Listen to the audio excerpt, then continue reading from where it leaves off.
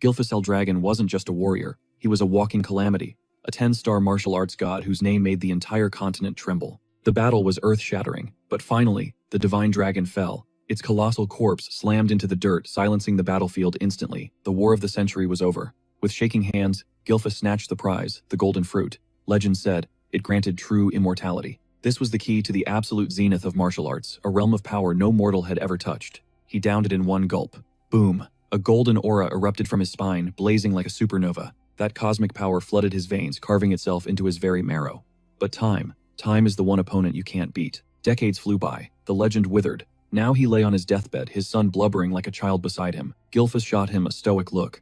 "Wipe that pathetic expression off your face," he rasped, commanding respect even at death's door. He told them he lived a life of blood and glory, but as the darkness crept in, one emotion hit him hard: regret. If only he had more time. Just one more step toward perfection. Lights out. Then, weird. His eyes snapped open to an unfamiliar ceiling. He tried to sit up, but his body felt heavy. He lifted a hand into view. It was tiny, chubby, and unmistakably an infant's. He was a baby. The greatest warrior in history was currently drooling in a diaper. His mind reeled in shock. Calm down, he told himself. He analyzed the situation. Then it hit him like a truck, the golden fruit. It wasn't a cheat code for immortality. It was a respawn token.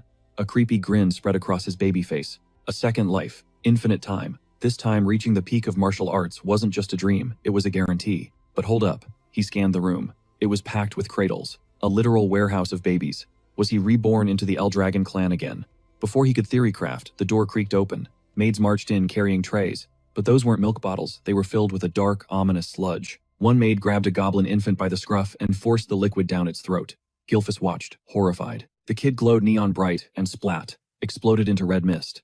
The maid just shrugged. "Guess we need to dilute it," she muttered, turning her dead eyes toward Gilfus. No time to run. She grabbed him and shoved the bottle in his mouth. The taste hit him instantly. Ancient dragon blood. Are they insane? Feeding high-octane magic to infants. His instinct screamed, "Spit it out." He swallowed a drop.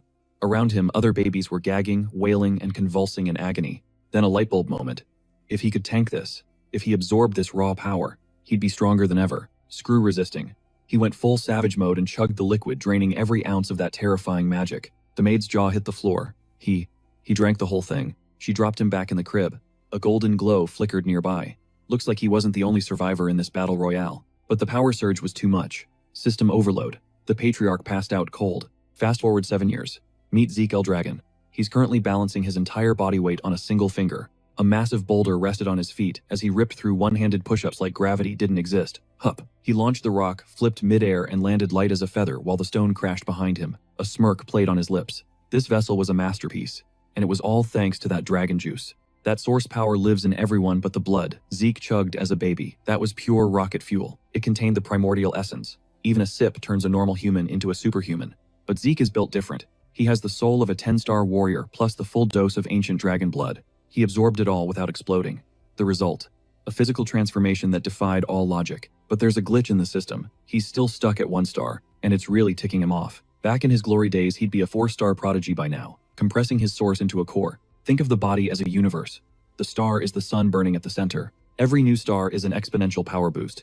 More stars, more godlike strength. In his past life, Gilfus hit 10 stars, a realm of power that was basically a myth to everyone else. But now, despite having the strength of a monster, his rank won't budge. Zeke frowned. 7 years into this new life as the illegitimate son of the Eldragon head, and the real grind is just beginning. His mom passed away, way too young. And his dad, the head of the house, total ghost, never showed his face once. Zeke couldn't help but wonder what kind of deadbeat parent operates like that.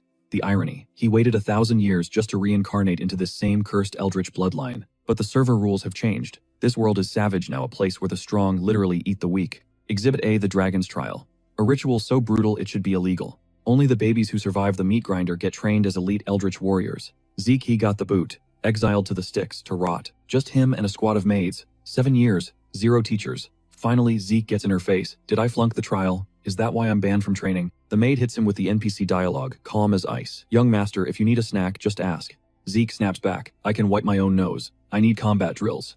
He presses her about the main family's kids. Brick wall. Same scripted answer. Zeke's glare could cut glass, but the maid, stone cold. She finally drops the act. "Look, kid, my orders are strict. I'm just here to babysit." Zeke scans her stats with a practiced eye.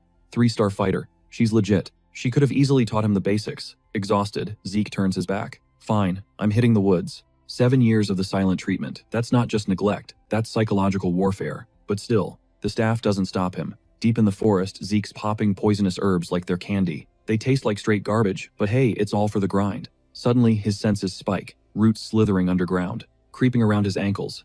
Zeke mutters annoyed. Why are these things stalking me? He sighs totally over it. If you creepers have business with me, quit lurking and step out. Crickets. But the vibe shifts. A heavy black mist starts choking the trees. Zeke frowns. This wasn't in the patch notes 1,000 years ago. Boom, an anger boar smashes through the brush eyes, bloodshot charging straight for him. Zeke doesn't even flinch. Sidesteps with god-tier precision. Whiff. He charges mana into his fist, and lands one clean surgical strike to the gut. The beast drops instantly. K.O. Zeke blinks, cracking a tiny smirk. That was barely a love tap. Even at 1-star rank, his output is insane.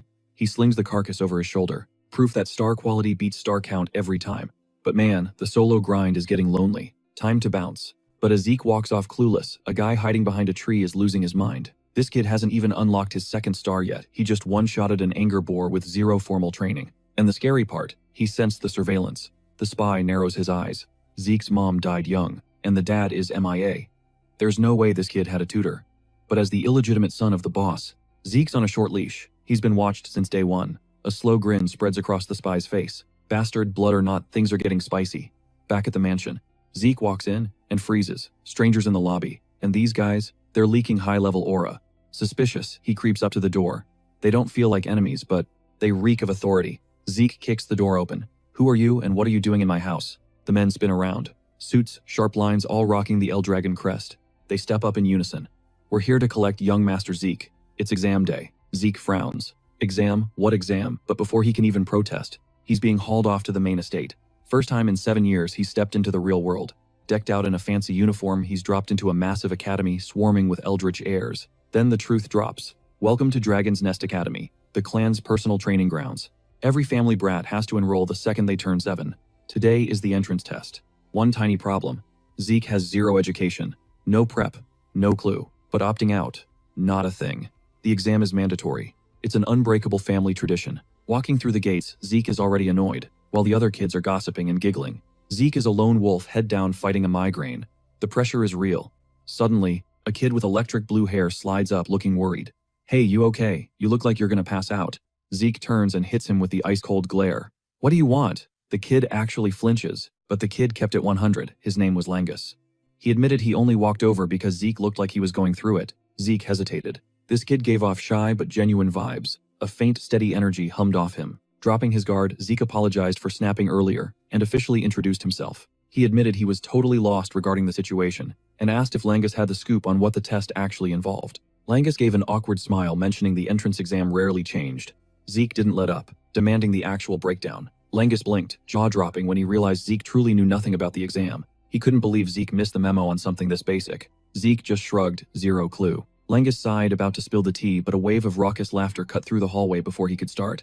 A squad of boys rolled up, faces twisted in mockery. One of them loudly pointed right at Langus, labeling him the runt from Old Scale Village. The pack leader was Retin, another kid from the same hometown. Retin sneered at Langus, asking why a loser like him even bothered showing up instead of staying in his lane back home. Langus didn't flinch, simply stating he was there to take the test. That cool response triggered Retin. He screamed that Langus was trash, and swore someone like him would never set foot in the academy. His laugh turned straight up sadistic, as he threw it in Langus's face that his dad was branded a mock dragon. Zeke saw Langus's knuckles turn white, rage boiling under that chill exterior. See, in the Eldritch Dragon family hierarchy is everything. Elder dragons sat at the peak. Below them stood the adults, captains, and elites. Then came the young dragons, followed by the lesser ones. Rock bottom, the mock dragons, the rejects who flunked the nest entrance exam or couldn't graduate. Society canceled them, labeling them fake. But Langus had that main character energy. He believed even fakes could pack real power. Zeke stepped into the fray, asking how Retin was so sure Langus was a bust, before the test even started. Retin froze, stunned by the interruption. He barked, demanding to know who Zeke was, and where he got the nerve. Zeke kept it cool, no beef, just facts. He simply asked why. Retin was so convinced Langus would flop. Retin sneered, insisting guys like Langus were born to lose. Zeke's eyes went cold. He dropped the bomb. Langus was stronger than Retin and his entire crew of lackeys. Retin turned beet red, accusing Zeke of disrespect. But before they could throw hands, an examiner marched in, ordering everyone to line up. Showtime. Applicants were told to check in and grab their numbered tags. Retin shot daggers at Zeke with pure hate before stomping off. Zeke muttered about the unnecessary drama, complaining that kids these days have zero chill. From behind, Langus pointed out they were the same age and noted that literally anyone would snap if Zeke told them they were weaker. Zeke pivoted, asking why those brats claimed clearing the exam was impossible, when attendance was mandatory anyway. Realizing Zeke was actually clueless, Langus whispered the truth. Students could tap out if they thought they couldn't hack it. This info threw Zeke for a loop. Langus hesitated but hinted Zeke should probably quit while he was ahead to avoid getting wrecked, a concept Zeke couldn't even process. He smirked, declaring that a guy with his level of talent wasn't allowed to quit. Without waiting for a debate, he grabbed Langus and hauled him toward the testing ground. Inside, the proctor gathered the crowd to drop the rules. The goal sounded suspiciously easy. Leave a scratch any mark at all on the regeneration stone sitting in front of them. Examiner issued weapons or bare hands only. Everyone got 3 shots. Zeke barely reacted. Looked like a cakewalk to him. Langus, on the other hand, was vibrating with anxiety. While the room buzzed with nervous whispers, Zeke shrugged, confused by the panic. I mean, these kids survived chugging dragon blood as babies. Compared to that nightmare, this was child's play. The first candidate stepped up, swinging his sword with everything he had. A thunderous clang ripped through the courtyard. As the steel shattered on impact, the force backfired violently, leaving the guy screaming on the floor, with both arms pulverized. The stone. Not a scratch. The examiner asked if he wanted round 2, but the kid was already out cold and got carted off. Zeke side-eyed Langus, noticing the pure dread on his face. Zeke needed answers. Langus spilled the tea that wasn't just a rock. It was a regeneration stone, an artifact capable of snapping back from damage in a blink. And the kicker, it claps back. Hard. Hit it with brute force, and it reflects that energy 100 times over. Zeke's poker face finally cracked, realizing this thing was next level. Langus kept explaining that clearing this test wasn't about muscle, it was about flow. You had to circulate your ether source with surgical precision. Raw power without control. Trash. Zeke scanned the room, sizing up the competition, spotting a few players, with actual potential Retin and his squad included. But honestly, the courtyard turned into a horror show. Screams ripped through the air as candidates got wrecked, dragging broken limbs off the stage. Then the proctor barked out number 315. Zeke stepped into the spotlight. Langus instantly freaked out, begging him to quit while he still had working bones, but Zeke just gave him a chill look and kept walking. As he closed the distance to the stone, the atmosphere changed. Heavy, suffocating. A massive aura rolled off him, making even the examiner hesitate. When told to pick a weapon, Zeke waved it off. He didn't need a blade, his fists were enough. The crowd lost it. Laughter exploded everywhere. They started clowning him immediately. Who thinks they can dent that rock with bare hands? Langus looked like he was going to be sick. He was sure Zeke's arms were about to be turned into paste and hated himself for not tackling him sooner. The examiner gave the nod. Green light. Zeke closed the distance, locking eyes with the stone's weird surface. He had to admit the material was alien to him, probably ancient, cooked up over centuries. It was a humble check, a reminder he was still a noob in this world's lore. But the history lesson could wait. Focus. Now. Zeke pulled on his ether. A blinding golden light wrapped around his fists like gauntlets. He locked into his signature stance Dragon Slayer form. Boom. A brilliant yellow aura exploded outward, engulfing his entire frame. One motion. No hesitation. Zeke drove his fist straight into the regeneration stone. The impact wasn't just loud, it was catastrophic. The top half of the rock didn't just break, it detonated. Shrapnel flew everywhere as a massive shockwave ripped through the courtyard. Dust choked the air, forcing everyone to cover up. When the cloud finally settled, dead silence. Zeke let out a slow breath. Blood trickled down his arm, his uniform shredded at the shoulder. But he wasn't flexing. He looked disappointed, realizing his control was still sloppy. The crowd stared, jaws on the floor.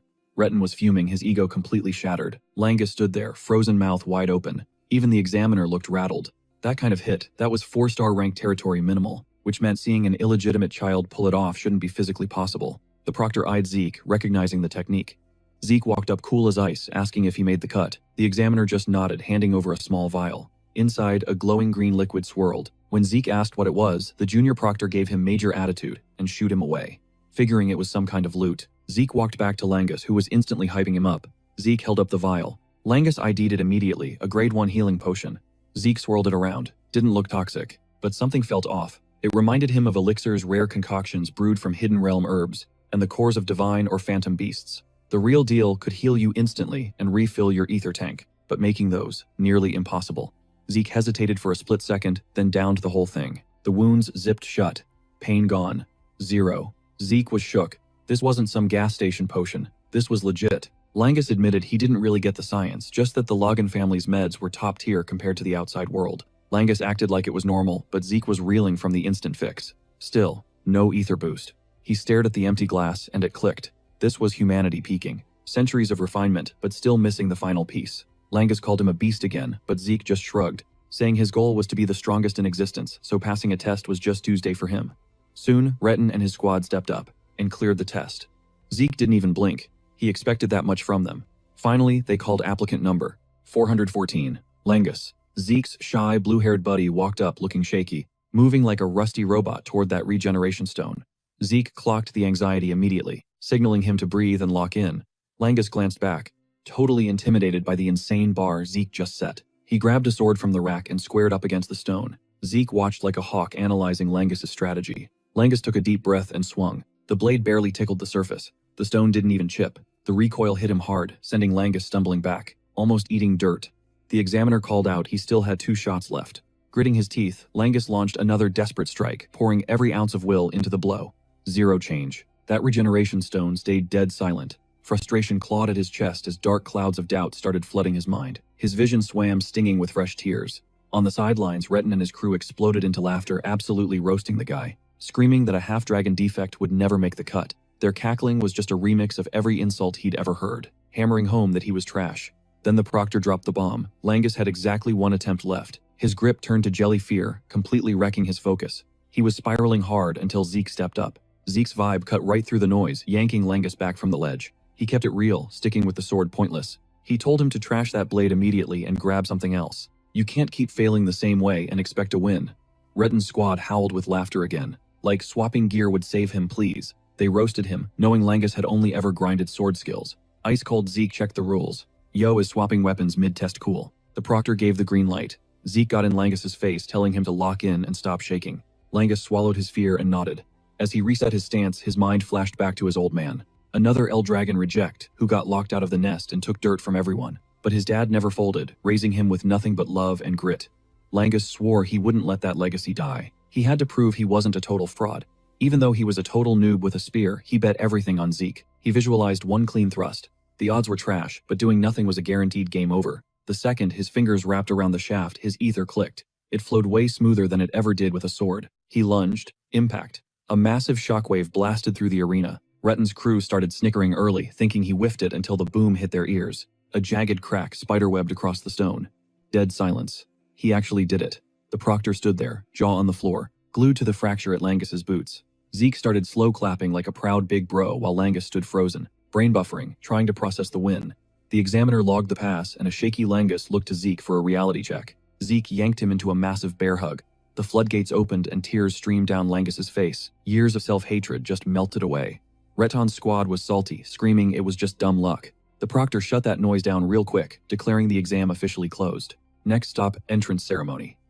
Zeke blinked. He thought the entry exam would be a way bigger gauntlet than just 1 task. Langus gave him a heads up. The real trials were probably waiting inside the academy walls. Suddenly the atmosphere got heavy. A group of figures radiating insane aura marched onto the grounds. Zeke locked eyes with one particularly intense dude. Langus freaked out seeing Zeke staring daggers so openly. The hate was written all over Zeke's face. Langus panicked, begging him to chill, and Zeke finally dialed it back. He went quiet, sizing up the elites. A bunch of 6-star warriors were in the mix, but one guy was on a whole different level. Balsa El Dragon, an 8-star titan whose mere presence demanded worship. Even back in Zeke's day, 8-star warriors were a rare breed. He had to wonder how many monsters like that were left alive today. Then Balsa stepped up to the mic. The air pressure dropped as he spoke, commanding the students to carry the weight of the El Dragon legacy. Most kids were shaking in their boots, but not Zeke. No fear, just pure cold-blooded hatred burning in his gut. Once Balsa made his exit, another elder took the stage and the room finally exhaled. He rambled about academy standards, but the students were still too rattled to focus. Then came the housekeeping dorm assignments. Zeke frowned. He figured everyone would be bunking in one massive barracks. Langus broke it down. The academy splits everyone into 4 distinct houses: east, west, north, and south. A beat later, the speakers blared Zeke's name. He parted ways with Langus and followed the signs, realizing they put him in the east dorm. Wandering the endless corridors, Zeke mused on how much this place had morphed over the last 1,000 years. Worried he was lagging behind, he picked up the pace and shoved his door open, then stopped dead. Langus was standing right there. Total shock for both of them, but seeing a friendly face instantly killed Langus's anxiety. Zeke settled into the dorms, actually vibing with the enforced downtime before the real grind started the next day. He felt a little cringe about ghosting the orientation, but Langus waved it off like it was no big deal. Honestly, Zeke's original game plan was to bail on the academy for a life of freedom, but this strange new world, the high-tier fighters, and the buried secrets hooked him. After 1,000 years, he decided to stick around for the plot. A whole month flew by. As the kids got wrecked by the tutor's brutal boot camp, they were drilling the dragon's breath technique non-stop. a signature combat art invented by the 15th head of the L-Dragon clan. The instructor prowled through the rows of students hawk-eyed for mistakes. A few prodigies had already locked down the basics, especially Lika. As the family head's daughter, she was already flexing second-star talent way ahead of schedule, but the tutor couldn't take his eyes off Zeke. He was racking his brain trying to figure out how this kid had flawless form with zero coaching. He started suspecting Zeke was sitting on some dormant bloodline ability. Meanwhile, Zeke was mentally deconstructing the whole technique. He compared this modern dragon's breath to the ancient Dragon King's breath he knew back in the day, noting how this version sucked in ambient ether and cycled it internally to boost stats. He realized the move's power cap relied entirely on the user's mental focus and creativity. While every noble house gate kept their own style, Zeke found this version stiff and robotic. Sure, it was safe, but if you stood still in a real fight, you were dead meat. His OG version let you flow like water while channeling power, but that complexity made it a nightmare to teach. To keep the clan strong, the 15th head had nerfed the technique, making it accessible for the masses. Zeke had to respect the hustle. It made him wonder what other martial arts had been patched and updated over the centuries. When the session finally wrapped, the students shambled to the mess hall. Most were too gassed to even look at food. Zeke, on the other hand, shoveled down his meal like a machine while watching Langus struggle to lift a spoon. He told Langus to stop being dramatic and eat up to keep his fuel tank full. Langus, looking like a zombie, couldn't process how Zeke wasn't even breaking a sweat. Zeke just smirked, roasted him for being soft, and told him to get good. Mid-lecture, Zeke noticed the room go quiet as the elite students ate. Suddenly, Lika pulled up to their table, totally clueless. Zeke hit her with a blunt. "Who are you?" Langus nearly choked on his food, frantically whispering that she was Lika, the literal daughter of the L-Dragon boss. Zeke just shrugged, admitting he had zero clue. Langus started sweating bullets, hissing that they weren't ranked high enough to breathe the same air as her. Zeke ignored him, pointing out that technically he was the boss's kid too, even if he was born on the wrong side of the sheets. That drop silenced the table. Lika narrowed her eyes, calling his bluff. Zeke doubled down without blinking. Intrigued, she pivoted to the regeneration stone incident, demanding to know how he crushed it. With his bare hands, Zeke waved it off, acting like it was just a light warm-up. Lika stepped into his personal space, oozing confidence, and pitched an alliance. Zeke paused, blindsided, as she spelled out that she didn't want a partner, she wanted a minion. She claimed that as an illegitimate outcast, he needed cover, and she planned to exploit his raw power to secure her throne as the next family head. Of course, she promised to cut him a check later. Despite the calculated charisma, Zeke gave her a hard pass. Lika read the room wrong, assuming he was gunning for the family head spot himself. She kept pushing, totally missing that he couldn't care less. Zeke tuned her out, analyzing her energy instead, noting she was speedrunning her way to second star status. Impressive talent. Finally, he cut her off, saying she could chase whatever clout she wanted, but he had zero interest in family drama. That broke her brain. Getting ticked off, Lika demanded his true agenda. Zeke answered by slamming his knife into the table, unleashing a shockwave of aura that suffocated the room.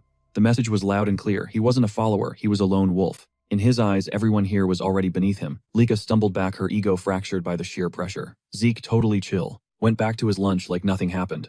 Langus jumped in, trying to do damage control, but Lika, humiliated and seeing red, lost it and slapped Zeke with a dual challenge. Zeke raised an eyebrow, mildly amused but unbothered.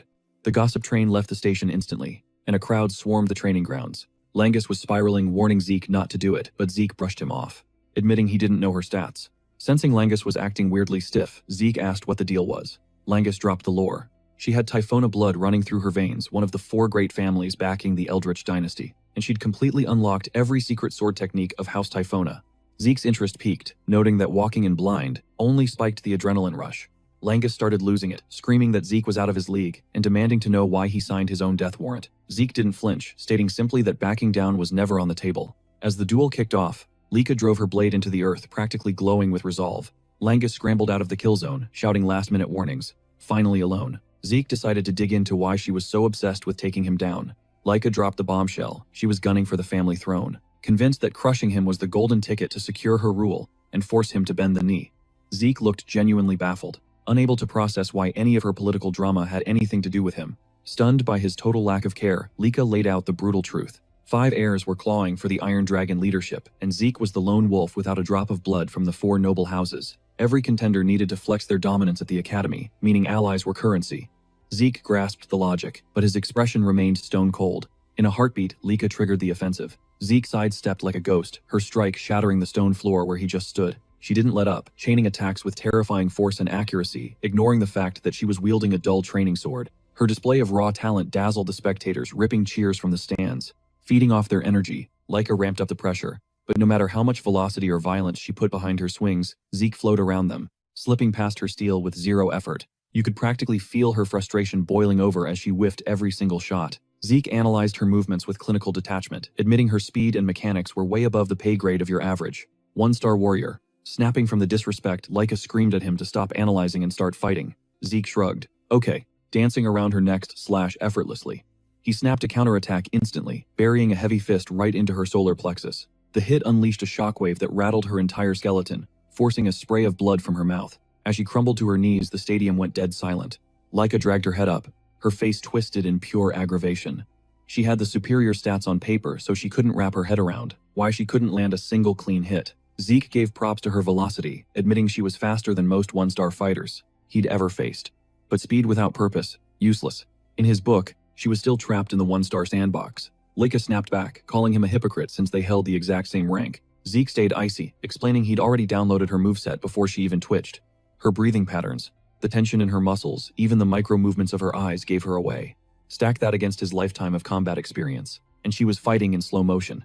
The sheer arrogance of his breakdown just threw gas on her fire. Leica forced her body up and lunged sword high, aiming to kill. Zeke backflipped, dodging the steel by a hair. Her momentum left her wide open. Zeke didn't hesitate. One strike launched Leica across the arena, like a rag doll smashing her into the far wall. A massive dust cloud exploding on impact. The crowd gasped, wondering if she was even alive in that rubble. Langus panicked and ran toward the ring, instinctively cheering for the win, but Zeke signaled him to stay back. This fight, it was nowhere near done. Despite completely dominating her, Zeke felt a spark of respect for her durability. As the dust cleared, Leica was already pushing herself up, battered and bleeding, but not broken. Langus tried to step in, begging her to tap out before she got permanently wrecked. Zeke cut him off, warning that the kid gloves were coming off, and he wasn't taking responsibility for whatever broken bones happened next. His gut feeling was right. Leica had just leveled up. A scorching aura spiraled out as she stood, the universal sign that she'd just kicked the door down to the two-star realm, where internal energy projects externally. The air in the arena got heavy, crushing down on the audience. She admitted Zeke's pressure was the catalyst she needed. High on adrenaline and rage, Leica blitzed forward, her blade trailing arcs of golden lightning. Zeke grinned, seeing the massive spike in her stats. He kept dodging, purposely, pushing her to the edge. Then, he got sloppy, her blade nicked his cheek, drawing a thin line of blood. Leica saw red and seized the opening, her ego flaring up. It was time to unleash her bloodline secret, the Thunder Spirit Great Sword Arts. Instead of panic, Zeke felt pure hype, a technique he'd never seen before. That was the good stuff. Out of nowhere, Leica triggered the Thunderblade flash. Lightning detonated across the ring, tagging Zeke before his nerves could even fire. The velocity and impact stunned him, pain racking his frame. But that grin, it didn't budge. Triggered by his mockery, she loaded up another lightning-infused strike. Zeke's body was literally screaming, bones rattling as she forced him to respect the sheer weight of her power. The crowd, dead silent. Nobody expected a one-star rookie to just face tank that kind of damage and keep standing. Zeke's eyes darted around, downloading her attack patterns. The moves felt familiar, like deja vu, but hitting the two-star rank had given her a raw damage output that ancient warriors couldn't even dream of. Her lightning control was god tier. Zeke knew he could shut this down instantly, but his curiosity got the better of him. He needed to see her max potential. But that cocky, unbroken grin on his face, it made Leica snap. She launched herself with pure killing intent, landing a sledgehammer blow that ragdolled Zeke straight into the concrete wall. A deafening boom shook the stadium as dust swallowed the ring. But when the smoke cleared, the guy was still on his feet. That visual broke her. Leica lost it, spamming attacks until a lightning bolt finally forced him to his knees. Langus tried to intervene, panicking, but Leica wasn't having it. She wasn't stopping until Zeke was out cold. Calling the match now would be a slap in the face to his honor. She gave him one last chance to yield. Zeke said nothing. That Eldragon pride was burning hot in his chest, and his silence hit harder than any trash talk ever could. Completely losing her cool, Leica decided to end him. She charged up her ultimate Heavenly Thunder, dumping her entire mana reserve into one strike. Pure electricity swallowed Zeke whole. His scream ripped through the air as the arena floor shattered beneath his boots. When the storm finally faded, he was just a motionless heap in the rubble. Game over, right?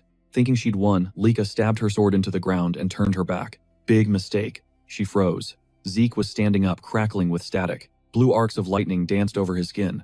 Even Zeke looked shook, staring at his hands like he didn't understand what just went down. While he was tanking Leica's combo, his Dragon King's breath didn't just block the lightning, it ate it. That alien energy was now pumping through his veins. He didn't just survive, he adapted. The lightning belonged to him now. With this new power buffing his stats, Zeke realized the truth. Leica's beatdown had literally forced him to evolve. Her rage was the key to his ascension. Zeke had officially entered the two-star realm. Leica screamed in frustration and threw out a desperate haymaker. Zeke parried with terrifying calm. His body language screamed, "One thing, this fight is just getting started." Now, infused with high-voltage energy, Zeke moved like a blur.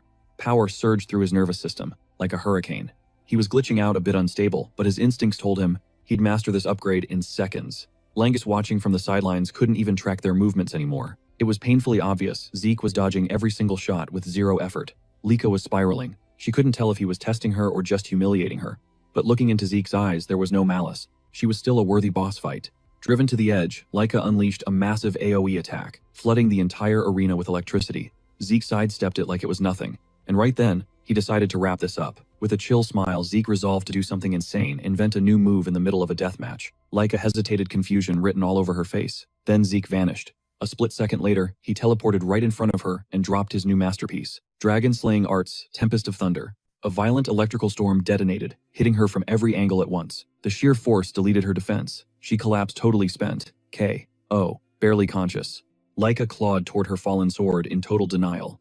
Her lifelong dream of surpassing her brothers and taking the Eldragon throne felt like it was dissolving into smoke. Zeke walked up to her not as an enemy, but calmly. He gave props to her strength, marking this as a battle worth remembering. But for him, the real loot was the experience. The chance to learn something new. To him, this wasn't meaningless violence. It was a lesson. Lika just stared, face burning with shame, mind broken, unable to comprehend the massive skill gap between them. Hours later, deep in a dungeon, Balza Eldragon was mowing down monster hordes like he was cutting grass.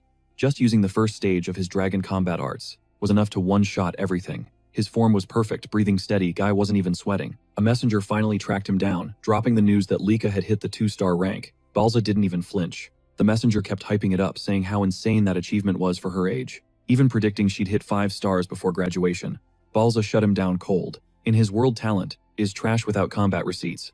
Then the messenger dropped the bomb. Lika had lost a duel. Balza assumed a senior student had handed her that loss, but the report stopped him cold. The fighter who wrecked her was none other than his own castaway son Zeke. For the first time ever, Balza froze. Flashbacks of the boy's mother flooded his mind. She had serious potential before ghosting him years ago. Balza frowned, trying to compute how Zeke unlocked such elite skills with zero guidance. When the intel dropped that Zeke hit the 2-star realm solo, no master, no family cache, a spark finally ignited inside Balza. He declared it was time to trigger the first trial. The messenger stammered, warning that this trial was basically a death sentence. Balza shut him down instantly. In his world, only the apex predators deserved to breathe. Failures were just dead weight, waiting to be dumped. Before waving the guy off, Balza dropped one last command: get a Freya. I want eyes on the boy. As the messenger scrambled away, Balza's stone-cold mask cracked into a rare look of anticipation. Balza Eldragon was actually hyped to see what his son was made of. Next day at the academy grounds, the students were grinding the new Dragon Art combat moves. While the normies focused on technique, Zeke was on a different frequency. He was benching massive boulders triple his body weight, chasing raw physical gains instead. He mused calmly that the dragon combat art was just a watered-down version of Dragon's Breath engineered by the 15 heads of the Eldragon clan so toddlers could learn it. Langus clocked the weird routine and walked over, totally confused. Instead of a lecture, Zeke decided to show, not tell. Wham! With a surgical strike between Langus's shoulders, Zeke injected a precision stream of ether. Langus felt the shift instantly. His energy flow unlocked, running smoother than butter. Langus stood there absolutely shook, but Zeke looked unimpressed. To him, dragon combat arts weren't basic, and they definitely weren't crude. They were complex masterpieces layered with centuries of optimization. As he kept lifting, Zeke flashed back to his duel with Lika, that awakened state the true dragon-slaying arts. He wondered how far the modern style had drifted from the OG source. Whatever class dismissed for now, he went back to the grind. But before he could lift, Langus stepped up, looking desperate. He begged Zeke to train him, swearing he'd do whatever it took to level up and get stronger. The request caught Zeke off guard. After scanning his friend's face, Zeke nodded at the determination and agreed to coach him. He respected the hustle. Langus practically glowed with hype. But before they could celebrate, a shadow loomed. Lika was standing a few steps back, stiff but serious. Swallowing the embarrassment from her L, she dropped a bomb. She wanted Zeke to train her, too. That loss shattered her ego, but it woke up her beast mode. She needed to gap her brothers, and eventually dethrone Zeke. Zeke just stared at her, while Lika waited, heart-pounding. When the silence dragged on, she pressed him, pointing out that Zeke was technically a contender for the Eldragon throne too. Langus backed her up.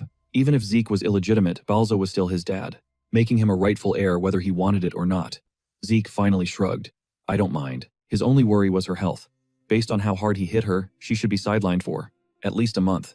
Lika waved it off immediately, explaining she'd already chugged a healing potion. Zeke and Langus exchanged a look, skeptical about that kind of recovery speed.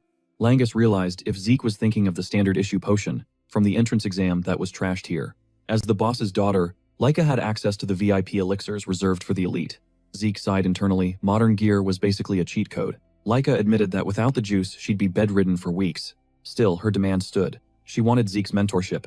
She knew Zeke had his own grind to focus on, but she needed this. Zeke accepted without blinking. He never said no to real ambition. Both Laika and Langus were stunned by the easy yes. They teased him, joking that he acted like an old master despite being their age. Zeke took the roast, then asked if Lika was really cool being trained by the guy who humbled her. Lika didn't flinch. I'm taking the family crown, whatever it takes. For the Dragon Clan, pride was a luxury she couldn't afford. Hesitation, that was a death sentence. Only raw power commanded respect. Zeke flashed back to their first meeting, remembering how Laika had boldly broadcast her ambition. Intrigued by her intensity, he had pressed her, asking why she was so obsessed with seizing the throne. Laika didn't flinch. She dropped the harsh truth: if she failed to become the family head, she'd be reduced to nothing more than a glorified pawn, traded off to secure alliances and keep bloodlines strong. Best case scenario, a loveless match with a distant cousin. Worst case scenario, a total stranger. Zeke's expression went ice cold. Laika broke it down further. The L-Dragon DNA was considered top-tier loot, especially to the 4 main branches. Their source power was treated like a stock market asset, and the clan enforced blood purity with obsessive cruelty. A wave of murderous intent exploded from Zeke, making Langus physically shake. Zeke wasn't just annoyed, he was livid. He saw these traditions for what they were: twisted trash, the rotting leftovers of a degenerate family. Internally, he swore to burn down every custom that turned human beings into tools. Before Zeke could go full rampage mode, a group of instructors marched in, snapping everyone's focus back to reality. Lika blinked, totally lost, while Zeke mentally cursed the timing, wondering if he'd let his killing intent slip too loud. From the pack of teachers, a woman with hair like blazing fire stepped up. One instructor announced that, effective immediately, a new mentor was taking the wheel, someone with enough clout to personally handle their development. Despite clearly being booked and busy, the redhead zeroed in on Laika, reaching out to verify her target. Sensing a threat, Laika scrambled back on instinct. Zeke moved like a phantom, instantly cutting in to shield her. While Langus gripped Zeke's arm in panic, the woman smirked, giving props to Laika's sharp reflexes and sizing up her aura potential. Zeke frowned. He hadn't picked up on her presence until she was literally in his face. Langus stammered, asking who she was. The staff introduced her as Ephraia, a high-ranking operative of the Black Dragon Corps. Ephraia addressed the class with the swagger of someone who owns the room. Before locking her razor-sharp gaze on Zeke, she double-checked his file, noting how chill he looked. He didn't even flinch at her jump scare. Zeke kept his poker face, replying that nothing she did was impressive enough to shock him. He then casually critiqued her stealth, calling it refined but not perfect. Ephraya's eyes widened a fraction. In that split second, she clicked on why Balza El Dragon was so obsessed with this kid. Meanwhile, Zeke was dissecting her moves, tracking how her source power flowed downwards, pooling in her legs. In a weird, unfamiliar circuit, that explained why her footsteps were dead silent. His curiosity spiked. He needed to know what school of martial arts she repped. Ephraia took center stage, officially declaring herself the new boss of the class. The students gasped, whispering frantically. She was infamous under the alias Tempest Wind, a living legend within the L-Dragon hierarchy. Another instructor dropped the stat sheet. She was a 6-star beast from the Black Dragon Corps, the elite death squad, answering only to the family head. The class stared in awe, brains short-circuiting on why an absolute unit like her would waste time babysitting rookies. Ephraia gave a thin smile and dropped the catch: she would train them, but only if they survived the entry exam. The courtyard exploded with confused chatter. She told them to relax, the test was easy. Everyone would get a crystal, just like hers, and the mission was to survive for 1 entire month inside Poison Dragon Mountain. At the name Poison Dragon Mountain, the color drained from Langus's face. Zeke, on the other hand, felt a weird sense of nostalgia. He remembered that hellscape vividly, a zone choked with toxic flora and nightmare creatures. Just brushing a leaf there could delete a normal human. It was a playground made of death. In his past life, Zeke had used that mountain as his personal gym. Still, even he had to admit, throwing kids into that meat grinder was brutal. Ephraia started laying down the law. Every student gets 1 crystal orb. If you lose it or break it, it's game over, instant disqualification, and you get kicked out of the dragon's nest. She clarified that the poison wasn't even the biggest problem. As long as they kept their dragon's breath technique active, their bodies could tank the toxins. But if they broke their breathing rhythm or dropped the orb, their survival odds would plummet to 0. Laika raised a hand with a major question. What about the monsters? Ephraya's reply was savage. The monsters were dinner. If the students couldn't kill them, they'd starve or be eaten. Panic spread through the group like a virus. Most students doubted their basic combat skill. Strike Dragon could even scratch those beasts. Anxiety was written all over their faces. As the gravity of the situation sank in, Ephraia didn't care about their feelings. She announced they had 5 days to prep. In that window, everyone could pick 1 basic weapon art from the family library. Mastering it might keep them alive, but if they failed, nobody was coming to save them. Ephraia dropped the hammer hard. Welcome to the Dragon's Nest, the beating heart of the L-Dragon clan. Her philosophy was savage but simple. The weak get erased and only the strong survive. The students stood paralyzed, crushed under the weight of her decree. Langus looked like he was about to hyperventilate. Lika stayed ice cold, calculating every angle. But Zeke, he just frowned, wondering if this brutal survival of the fittest mindset was really the legacy of the family he once ruled. Lecture over. Freya tossed out the combat manuals. Time to pick your poison. She ordered everyone to step up and choose their destiny. Langus was spiraling, totally frozen by the choices. Zeke stepped in, telling him to grab the spear manual, reminding him he was an absolute beast with it during the entrance exams. Langus didn't hesitate and locked it in. Lika went straight for the great sword, banking on her familiarity with lightning techniques. But Zeke cut her off. Nah, switch to axe arts, he coached. He explained it would fix her center of gravity and stabilize her power output. Trusting his gut, she swapped manuals without a second thought. Once the loadouts were locked, Freya gave them a 5-day deadline to get good or get dead. Their survival hung on how fast they could master these new skills. But just as she turned to bounce, Freya dropped one final bombshell. The trial wasn't just about beasts. Senior students were joining the chat. Their objective, hunt the rookies and snatch their orbs. The crowd gasped. These were veterans with a 10-year head start playing hunter, while the freshmen were the prey. Sure, the mountain was huge with plenty of cover, but the seniors would be tracking them relentlessly. Freya vanished, leaving chaos in her wake. Langus was practically shaking apart. Toxic monsters were bad enough, but dodging elite upperclassmen, game over. Lika ran the numbers. Every senior was at least a full star tier above them. If a squad of them attacked, survival odds plummeted to 0. Zeke nodded in agreement, suggesting they squad up in teams of 2 or 3. Cooperation wasn't against the rules, and staying alive meant watching each other's backs, sharing rations and staying alert. But when Langus asked about the game plan, Zeke dropped a bomb. He was hitting the mountain solo. To him, this wasn't a death sentence. It was just XP grinding. Lika didn't even blink, totally unsurprised by his lone wolf energy. Before things got too heavy, Zeke shrugged it off with a classic priority check. Let's grab some food first. 5 days flew by. The rookie class stood at the foot of Poison Dragon Mountain, vibing somewhere between hype and pure terror. Freya loomed over them, her crimson hair blazing like a signal fire, radiating pure alpha energy. She gave the signal it was go time. Next to Lika, Langus gulped hard. Even with Zeke's playbook, the imposter syndrome hit hard. He started spiraling, wondering if a guy like him, an unawakened commoner, really belonged on a squad with a prodigy like Lika. Just then, Raymond and Selena pulled up, their smiles tight with nerves. Selena confessed she was shook. Why would a high tier pick a commoner from the East Hall? Raymond felt the exact same doubt. Lika shut that noise down immediately. Bloodlines are trash, she declared. I drafted you for potential and loyalty, period. Hearing that, Langus gripped his spear until his knuckles turned white, centering himself. He refused to be dead weight. Raymond nodded, locking in that same grit. Lika put full faith in her crew, but her eyes drifted to Zeke. She analyzed him, knowing he was about to run this gauntlet solo. Zeke stood there with quiet swagger, looking like he had been waiting for this moment his whole life. Selena watched Jaw on the floor, who was crazy enough to solo Poison Dragon Mountain without backup. Raymond crossed his arms, figuring it was just arrogance from a fellow family head descendant, noting that both Zeke and Lika came from top-tier bloodlines. Lika quickly killed the idea of tagging along with him, admitting that even with her squad, she had a bad feeling about this. Zeke tilted his head, genuinely confused. From his point of view, her team was S tier, perfectly balanced between offense and defense. The others exchanged awkward glances, thinking he was tripping, especially since death was literally waiting for them. Langus muttered that they had about 1,000,000 reasons to be terrified. Lika pressed him, did he actually believe they would make it? Zeke didn't blink. He confirmed it, secretly respecting her talent for scouting. In his eyes, their synergy was clean enough to sweep the trial. Langus, sweating buckets, just shook his head, calling Zeke's confidence totally absurd. Suddenly, Freya stepped up for the final address. Most students had already huddled into cliques, whispering furiously. It was obvious those who hadn't fully mastered their arts were banking on numbers to survive. Smart move, considering the hell awaiting them. Mist curled around the jagged peaks of Poison Dragon Mountain as Freya dropped the ultimate survival ultimatum. Students had to endure this hellscape for 1 full month, while guarding their crystal orbs with their lives. Lose the orb, you wash out immediately. Game over. Here's the kicker. Every orb looked exactly the same. Stealing wasn't just allowed, it was the meta. A shiver of pure anxiety rippled through the crowd. Zeke instantly clocked the true mechanics of this trial. This wasn't just a stamina check. It was a savage battle of wits, spatial awareness, and raw power. Freya kept the surprises coming once the fresh meat had scrambled inside, and set up base the upperclassmen would be unleashed into the zone to hunt them down and snatch their loot. The seniors didn't even try to hide their cockiness, trash-talking the rookies and bragging about how easy it would be to rob. Kids who hadn't even hit 1-star rank yet. Their mocking laughter mixed fear, hype, and nausea into a toxic cocktail for the first years. Briefing over Freya gave the green light.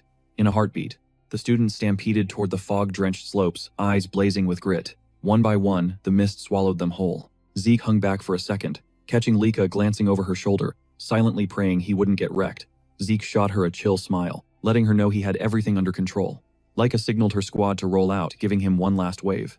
Freya barked Zeke's name. He gave a calm nod and strode toward the mountain's gloomy maw, without flinching. Watching him fade into the gray void, Freya realized this kid was built different. That night, back at the base camp, the vibe among the instructors turned nervous. They started whispering, could these newbies actually survive such a brutal grind with zero experience and trash stats?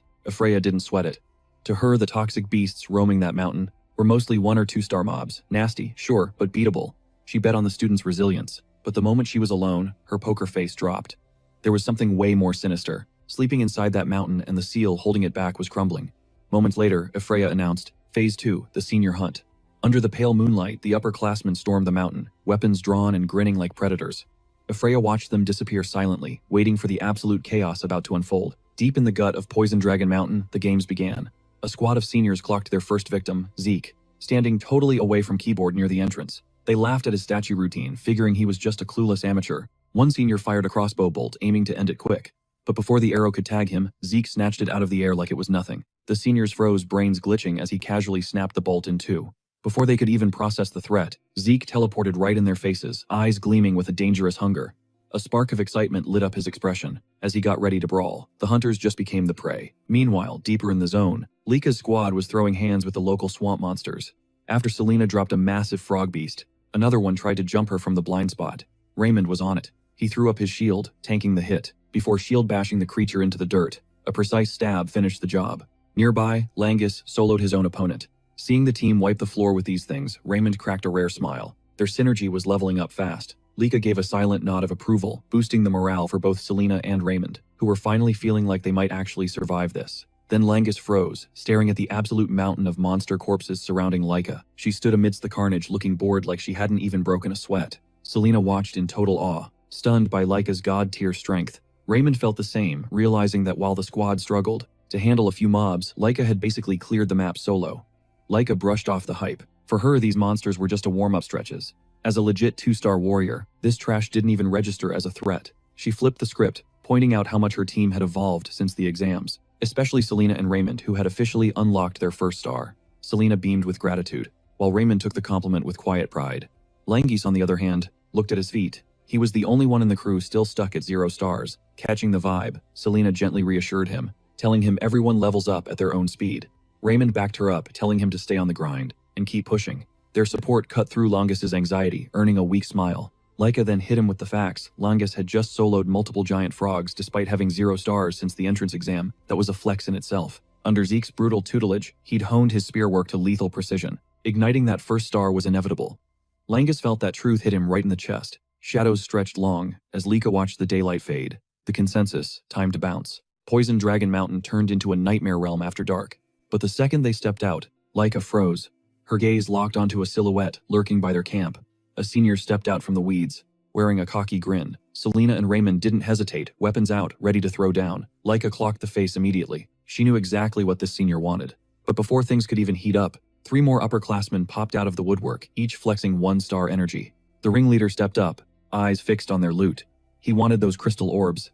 0 hesitation, he lunged straight for Lika. She slipped the attack like it was nothing, signaling the squad to hold the line while she took out the trash. Langus got tangled up with another senior who wouldn't shut up trash-talking him the whole time, calling him a starless nobody, a total scrub. Langus wobbled for a split second, but then Zeke's voice echoed in his head. Surrender is for when you're totally outclassed, but against a peer, you can take the W. Don't force the kill, just outlast them until they mess up.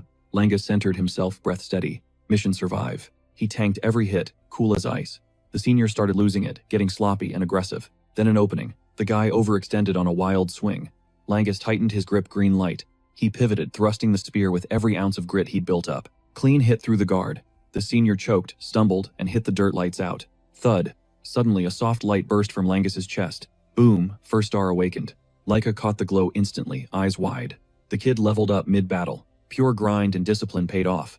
Meanwhile, the senior leader was shook. Even as a 2-star warrior, he couldn't grasp why Lika was absolutely wrecking him. But she knew exactly why. Those axe techniques Zeke put her on, they let her channel raw power, through that greatsword like a beast. This wasn't luck. It was pure skill. Golden lightning crackled around her blade as she closed in. One strike, she smashed through his defense, game over. With the enemies laid out flat, Lika regrouped with the squad, checking for injuries. You could feel the relief in the air. The crew erupted in cheers, adrenaline dumping. They just clapped some seniors in a real fight. Selena and Raymond beamed at Langus, hyping him up on his new star. Langus grinned back, chest puffing with pride. Finally, he wasn't the weak link. Lika surveyed her team satisfied. Everyone was on the board with at least 1 star. The upcoming trials, piece of cake. But her eyes wandered to the darker depths of the mountain. She wondered what kind of havoc Zeke was wreaking out there. Cut to a senior sprinting blindly through the woods, shaking like a leaf. Tears flowing, total panic mode. One name stuck in her head, Zeke. That kid wasn't human. He was a monster. Suddenly the seniors' ranks fell into chaos. They scattered like roaches, screaming for help, praying Zeke wasn't on their tail. Pride was gone. This was pure survival. Zeke strolled forward totally unbothered, dragging a knocked-out senior behind him. His footsteps thudded like a predator stalking its meal. The survivors' cursed brains fried, trying to process what they were looking at. Draped over Zeke's shoulder was a massive dead snake monster. That visual broke them. Zeke looked amused, wearing a dark, playful grin. Like this bloodbath was just a game. The runners called him a psycho as they fled. They couldn't believe it. How is a freshman hunting the so-called elites? They were just prey now. This wasn't in the script. Suddenly, one of them tripped. He slams into the dirt hard. But before he can even think about getting back up, his body locks up. Zeke is already looming over him. Under the shadows of the forest, a sinister crimson glow flares in Zeke's eyes. He doesn't look mad. He looks totally bored. He reaches out a hand like he's being nice. But the body language is loud and clear. Stand up so I can put you back down. It's too much for the upperclassman. Pure terror snaps his mind, and his eyes roll into the back of his head. The guy just flops over out cold. Zeke actually blinks, totally confused. He tilts his head like, really? You're done already? Where'd all that arrogant swagger go? Now it's just panic. Zeke practically begs them not to tap out so fast. Suddenly the air shifts. Zeke feels eyes on him. He snaps his head around, talking straight to the empty woods. He knows someone's there and dares them to show their face. When he gets silence, he just lets out this low, creepy chuckle. If he's got an audience, why hold back? His playful vibe vanishes. The kid gloves are officially off. A figure steps out from the gloom. It's a man, one of the overseers watching the exam. The guy is sweating bullets, staring in total disbelief. Zeke didn't just wreck higher-ranked fighters. He spotted a hidden proctor without even trying. The overseer realizes instantly this isn't just some talented kid. He needs to report this right now. Meanwhile, back at the main camp outside Poison Dragon Mountain, Afreya sits cool as ice listening to the updates. It's been 1 week since the trial started. Almost a third of the newbies have already quit. The ones left are barely handling the toxic air. That's all expected. But when she asks about the seniors, the observers start looking nervous, glancing at each other. She presses them, and the truth comes out. The seniors are running. Afreya frowns. There isn't a single monster on that mountain scary enough to make them run like that.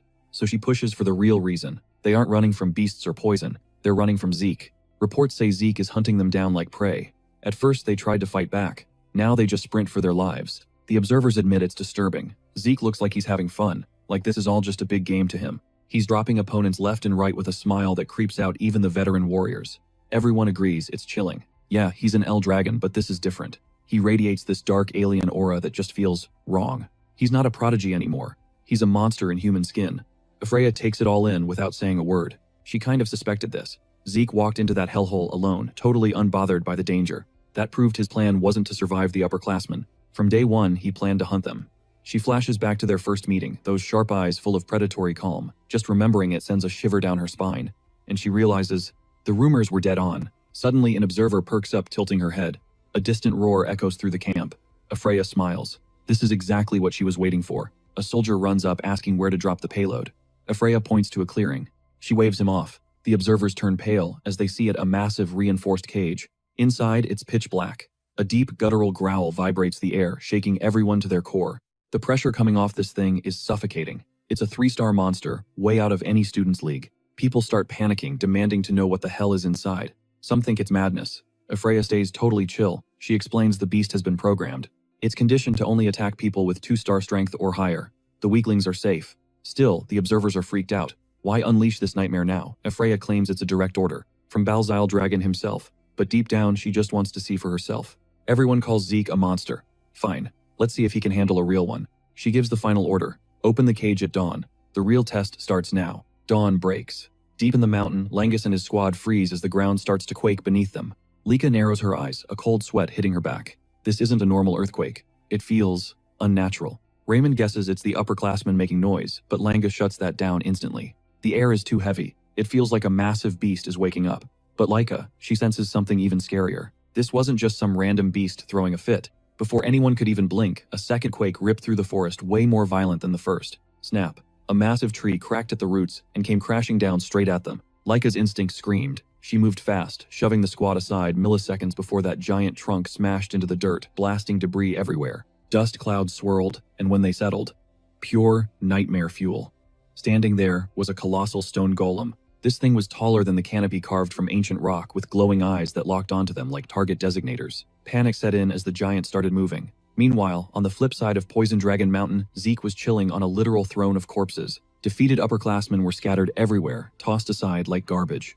He leaned back, looking over the battlefield with zero interest. The thrill, gone. He was totally bored. No seniors wanted the smoke anymore. No one dared to challenge him. Even the exam proctors stopped watching. Like they silently agreed, Zeke was just uncontrollable. The quiet was actually getting annoying. Just as he was debating between a nap or a new hunt, he felt it. A weird ripple in the air. Zeke sat up straight. A vibe from the far side of the mountain. At first he thought it was just some basic 2-star scrub. But as he focused, nah. This energy was heavy, old, suffocating. A 3-star monster. For the first time, Zeke actually looked surprised. That kind of boss isn't supposed to spawn in an exam. This was Poison Dragon territory. The mountain was supposed to be a regulated grind spot, not a death trap, leaving a 3-star beast roaming unchecked. That was beyond reckless. Zeke's mind raced. Maybe this glitch in the system had been camping deep underground for centuries, maybe even 1,000 years, just away from keyboard until today. If that was the case, this whole exam was already spiraling into a chaotic mess. The incompetence honestly ticked him off. Even Laika, with all her main character potential, would get absolutely wrecked by something on that level. The proctors should have scrubbed the map clean of anything that dangerous. Then a twist crossed his mind. What if this wasn't a bug, but a feature? What if Euphoria and the higher-ups left the boss mob there on purpose to test a specific candidate? Zeke shook the theory off. Doesn't matter why. One thing was a fact, his boredom just completely evaporated. That massive aura was still lingering in the distance, totally oblivious to his existence.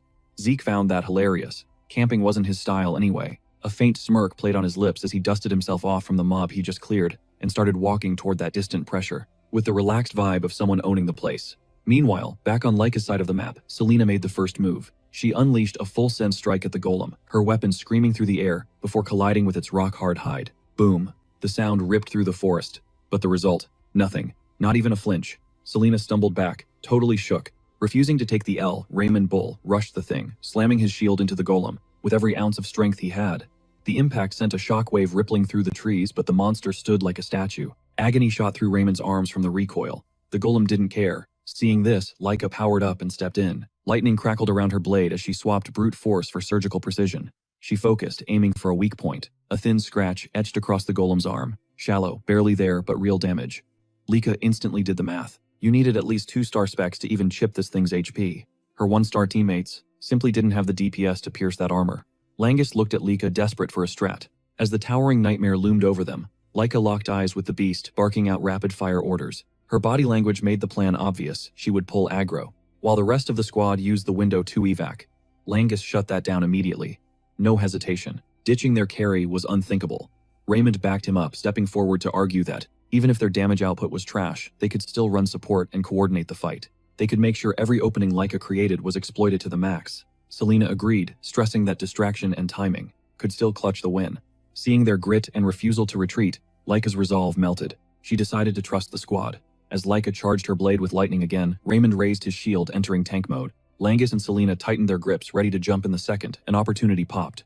Laika dashed in first. The golem reacted instantly, swinging a massive stone haymaker right at her. Raymond threw himself in the trajectory, eating the hit with his shield. The impact was insane. The raw stats of a 3-star creature sent him reeling backward, barely keeping his feet on the ground. Langus and Selena flanked from opposite sides. Their attacks dealt 0 damage, but they successfully pulled the boss's attention off Laika. That was the window. Laika ghosted behind the giant sword, blazing with concentrated lightning. She unleashed her ultimate, Heaven's Thunder, dumping every remaining drop of mana into one strike. A colossal explosion detonated. The Poison Dragon Mountain shook violently. Trees snapped under the shockwave as blinding light tore through the air. When the dust finally cleared, Langus was already at Laika's side, catching her as she collapsed from exhaustion. She wasn't hurt, but her energy bar was completely empty. Selena checked on Raymond, who confirmed he was still standing despite taking a beating. Just as Laika opened her mouth to call the retreat, her face went pale. The boss signal was still active. Before anyone could blink, she shoved Langus away. A massive stone hand snatched her out of the air mid-motion, lifting her effortlessly like a doll. The golem was still kicking. Horror washed over the group. Selena's brain short-circuited. How did it tank that nuke? Langus panicked, rushing in with his spear, but the golem swung Laika violently, using her body as a meat shield and forcing Langus to freeze. The situation was critical. Suddenly the air howled. A whole freaking tree came flying through the forest like a missile smashing into the golem with god-tier force. The impact shattered its grip, sending Laika tumbling out. Langus snatched her up and scrambled back. As the creature staggered, totally dazed, Lika blinked, trying to process exactly what just saved her life. A familiar vibe hit the scene as Zeke stepped out of the shadows, his voice calm and completely unbothered. Instead of checking on Laika's wounds, his eyes locked straight onto the golem, glinting with pure curiosity. A faint smirk played on his lips as he sized up the massive clay beast towering before him. Just moments ago, Zeke had felt the shockwaves from miles away. A streak of golden lightning had ripped across the tree line. Laika's signature aura, and he knew instantly her squad had bumped into the 3-star monster. Zeke launched into a full sprint. In his past life, closing this distance would have been a total joke. Now gravity felt heavier, and the gap between his legendary prime and his current limits was seriously eating at him, fueling his annoyance. But he kept pushing, knowing a 3-star beast would absolutely wreck even the most talented rookies. Mid-run, a light bulb went off. Zeke veered off course, gripping the trunk of a towering tree. With a surge of strength amplified by high-level technique, he ripped the whole thing out of the dirt. Soil exploded everywhere as he spun and launched the trunk like a titanic spear straight into the fray. Watching the impact, Zeke let a cold smile surface. The move had worked better than he thought. It was the nurturing dragon-throwing arts, a skill built on flow circulation and efficiency, rather than raw destruction. Simple, but the perfect hack for his current physical stats. But let's be real, chucking a tree wasn't going to delete a 3-star golem. He kept moving. When Zeke finally hit the battlefield, Langus rushed him, face twisted in total disbelief. Zeke did a quick scan and confirmed the whole squad was still breathing. Langus waved off their injuries, screaming that the real nightmare was the monster standing right there. Zeke's gaze sharpened, dissecting the creature. The name Golem didn't sit right with him. It felt off. Despite its overwhelming pressure, there was zero life force, just hollow energy trapped in stone. Suddenly, the beast rose from the debris like an awakening kaiju. It lunged with terrifying speed. Laika and Langus flinched on instinct, but Zeke stood his ground. He raised one hand, catching the golem's colossal fist mid-air. Boom, the earth shattered beneath him, cracks spiderwebbing through the ground. Yet Zeke didn't budge an inch. He calmly analyzed the threat, noting the insane durability of its stone skin. Chipping away with physical hits would take way too long. He needed aura to pierce that tanky shell. Unimpressed, Zeke casually swatted the giant arm aside. Honestly, grinding down an opponent like this felt incredibly tedious to him. Lika drained and shaking, stared in shock while Langus froze, unable to process how Zeke found a death battle boring, after they had just fought for their lives. The golem reset and swung again. Zeke caught the blow head-on. The impact sent thunderous shockwaves rippling through the forest. Trees shuddered violently, and the ground groaned under the weight. Even on defense, Zeke was calculating. He scanned the terrain. Fighting here was a bad call. The open clearing left the team way too exposed to AoE damage. If they stayed, they were toast. He forced an opening immediately. Laika, Raymond, Selena, and Langus took the hint, scrambling back across the broken terrain until they hit the safe zone. Only when the coast was clear did Zeke lock back in. Planting his feet, he channeled power through his legs and twisted his core with explosive torque. He hurled the massive golem across the clearing. The beast smashed through boulders, tearing up bedrock and carving deep trenches into the earth before grinding to a halt. As the golem struggled to stand, Zeke noted its construction with a spark of interest. That shell was tough. Now things were getting fun. Aura flared around Zeke's fists as he blurred forward. He wondered if the thing's insides were as invincible as the outside. Launching himself high into the air, Zeke hovered for a split second above the target. Then he unleashed the Dragon Destruction Combat Art's first form burst world. His fist connected. A blinding explosion rocked the entire forest. Stone shrapnel and armor fragments blasted outward in every direction. The creature's core went critical instantly. Zeke's strategy was surgical. Instead of grinding down the defenses, Burst World injected pure source power straight into the system, detonating it from the inside out. As the golem crumbled into dust, Zeke felt a rush of adrenaline. Perfect execution. Wiping out an enemy this clean was the first time he'd felt truly alive in ages. That fight, pure entertainment. But fast forward 1 month to the dead center of the Eldrian estate. Zeke stomped through those endless marble halls, ancient tapestries blurring past him. You could practically see the steam coming out of his ears. He was in the middle of a killer workout when he got dragged out for a meeting he cared 0% about. And then it clicked. The Poison Dragon Mountain exam was a wrap. Even that 3-star golem crashing the party couldn't stop it. No more mass graves, thank God. But don't get it twisted, it was a slaughterhouse. Only 30% of those 7-year-olds made it out alive. But the ones who did, they were forged in fire. Every single survivor leveled up to 1-star status by facing death head-on. With the test done, the big boss himself, Balza El Dragon, demanded Zeke's presence. Ephraia was practically speedwalking beside him, breaking down exactly why he was in hot water. Turns out, Zeke's little stunt during the exam didn't just turn heads. It snapped necks among the family leadership. He didn't just rock the boat, he capsized the whole trial structure. The senior phase was supposed to be a turkey shoot, seniors hunting juniors for orbs. But Zeke decided he didn't like being the prey, so he flipped the script. He became the hunter. Every senior who tried him got absolutely wrecked. Not one of them managed to snatch an orb. Talk about an epic fail. The entire senior class got held back and forced to retake the exam. Total humiliation. Technically, Zeke didn't break a single written rule, but nobody expected a rookie to have the guts or the insanity to pull that off. Freya dropped the hard truth. Eyes are on him now. Major scrutiny. His attitude, his total lack of respect for the pecking order. Yeah, Balza Eldragon wasn't going to let that slide. As the massive office doors loomed ahead, Freya begged Zeke to dial it back a notch. Running his mouth in front of the family head was a one-way ticket to the afterlife. But Zeke, he looked bored out of his mind. At the doors, Freya switched to business mode. She knocked sharp and loud, announcing her arrival like a soldier, stating she'd delivered the package as requested by the master head. A voice like rolling thunder boomed from inside, clearing them for entry. Freya marched in, confirming Zeke was there, exactly as ordered. Balza Eldragon finished signing a document, then slowly raised his head. His eyes locked onto Zeke, cold, heavy, and terrifying. No small talk. Balza went straight for the jugular, addressing the chaos Zeke caused during the trials. He demanded to know why Zeke treated the seniors like punching bags. Zeke just shrugged, looking more tired than scared. Instead of apologizing, he hit back with a question. Show me the rule that says I couldn't attack them. Balza's eyes narrowed into slits. He wanted details. Zeke gave it to him straight. The rules were simple. Survive Poison Dragon Mountain for 1 month, keep your orb. That's it. No fine print. Within those lines, I just did what I had to do. If you didn't want me beating them up, you should have put it in writing. Freya felt her soul leave her body. Panic mode engaged. She realized Zeke was basically spitting in the face of death. But before she could jump in, boom, Balza's patience snapped. A massive crushing dragon aura exploded into the room. Freya hit the floor, gasping for air under the invisible weight. She was shaking uncontrollably. She knew that kind of pressure could kill instantly. But Zeke, he just stood there. The aura washed over him like a light summer breeze. The difference was insane. Freya couldn't believe her eyes. Zeke looked annoyed. He tilted his chin up, basically saying, "Really, that's all you got?" Balza's face went dark. Freya was fighting for every breath on the floor, while Zeke bluntly asked if he was dragged all the way here just to answer some dumb questions. Balza retracted the aura, pulling himself together. His gaze sharpened. He switched gears. The report said Zeke didn't just humble the seniors. He obliterated a 3-star golem. That shouldn't be physically possible for a kid his age. It defied logic. But what really freaked Balza out was how Zeke stood unfazed in the face of his crushing aura. He needed answers. How does a kid born on the wrong side of the lineage possess this kind of god-tier power? Zeke stared right back. You really want to know? Zeke asked. His answer was pure arrogance. I'm strong because I'm me. Balza was stunned into silence. The tension between father and son was thick enough to cut with a knife. The air in the room was thick enough to choke on heavy with unspoken history.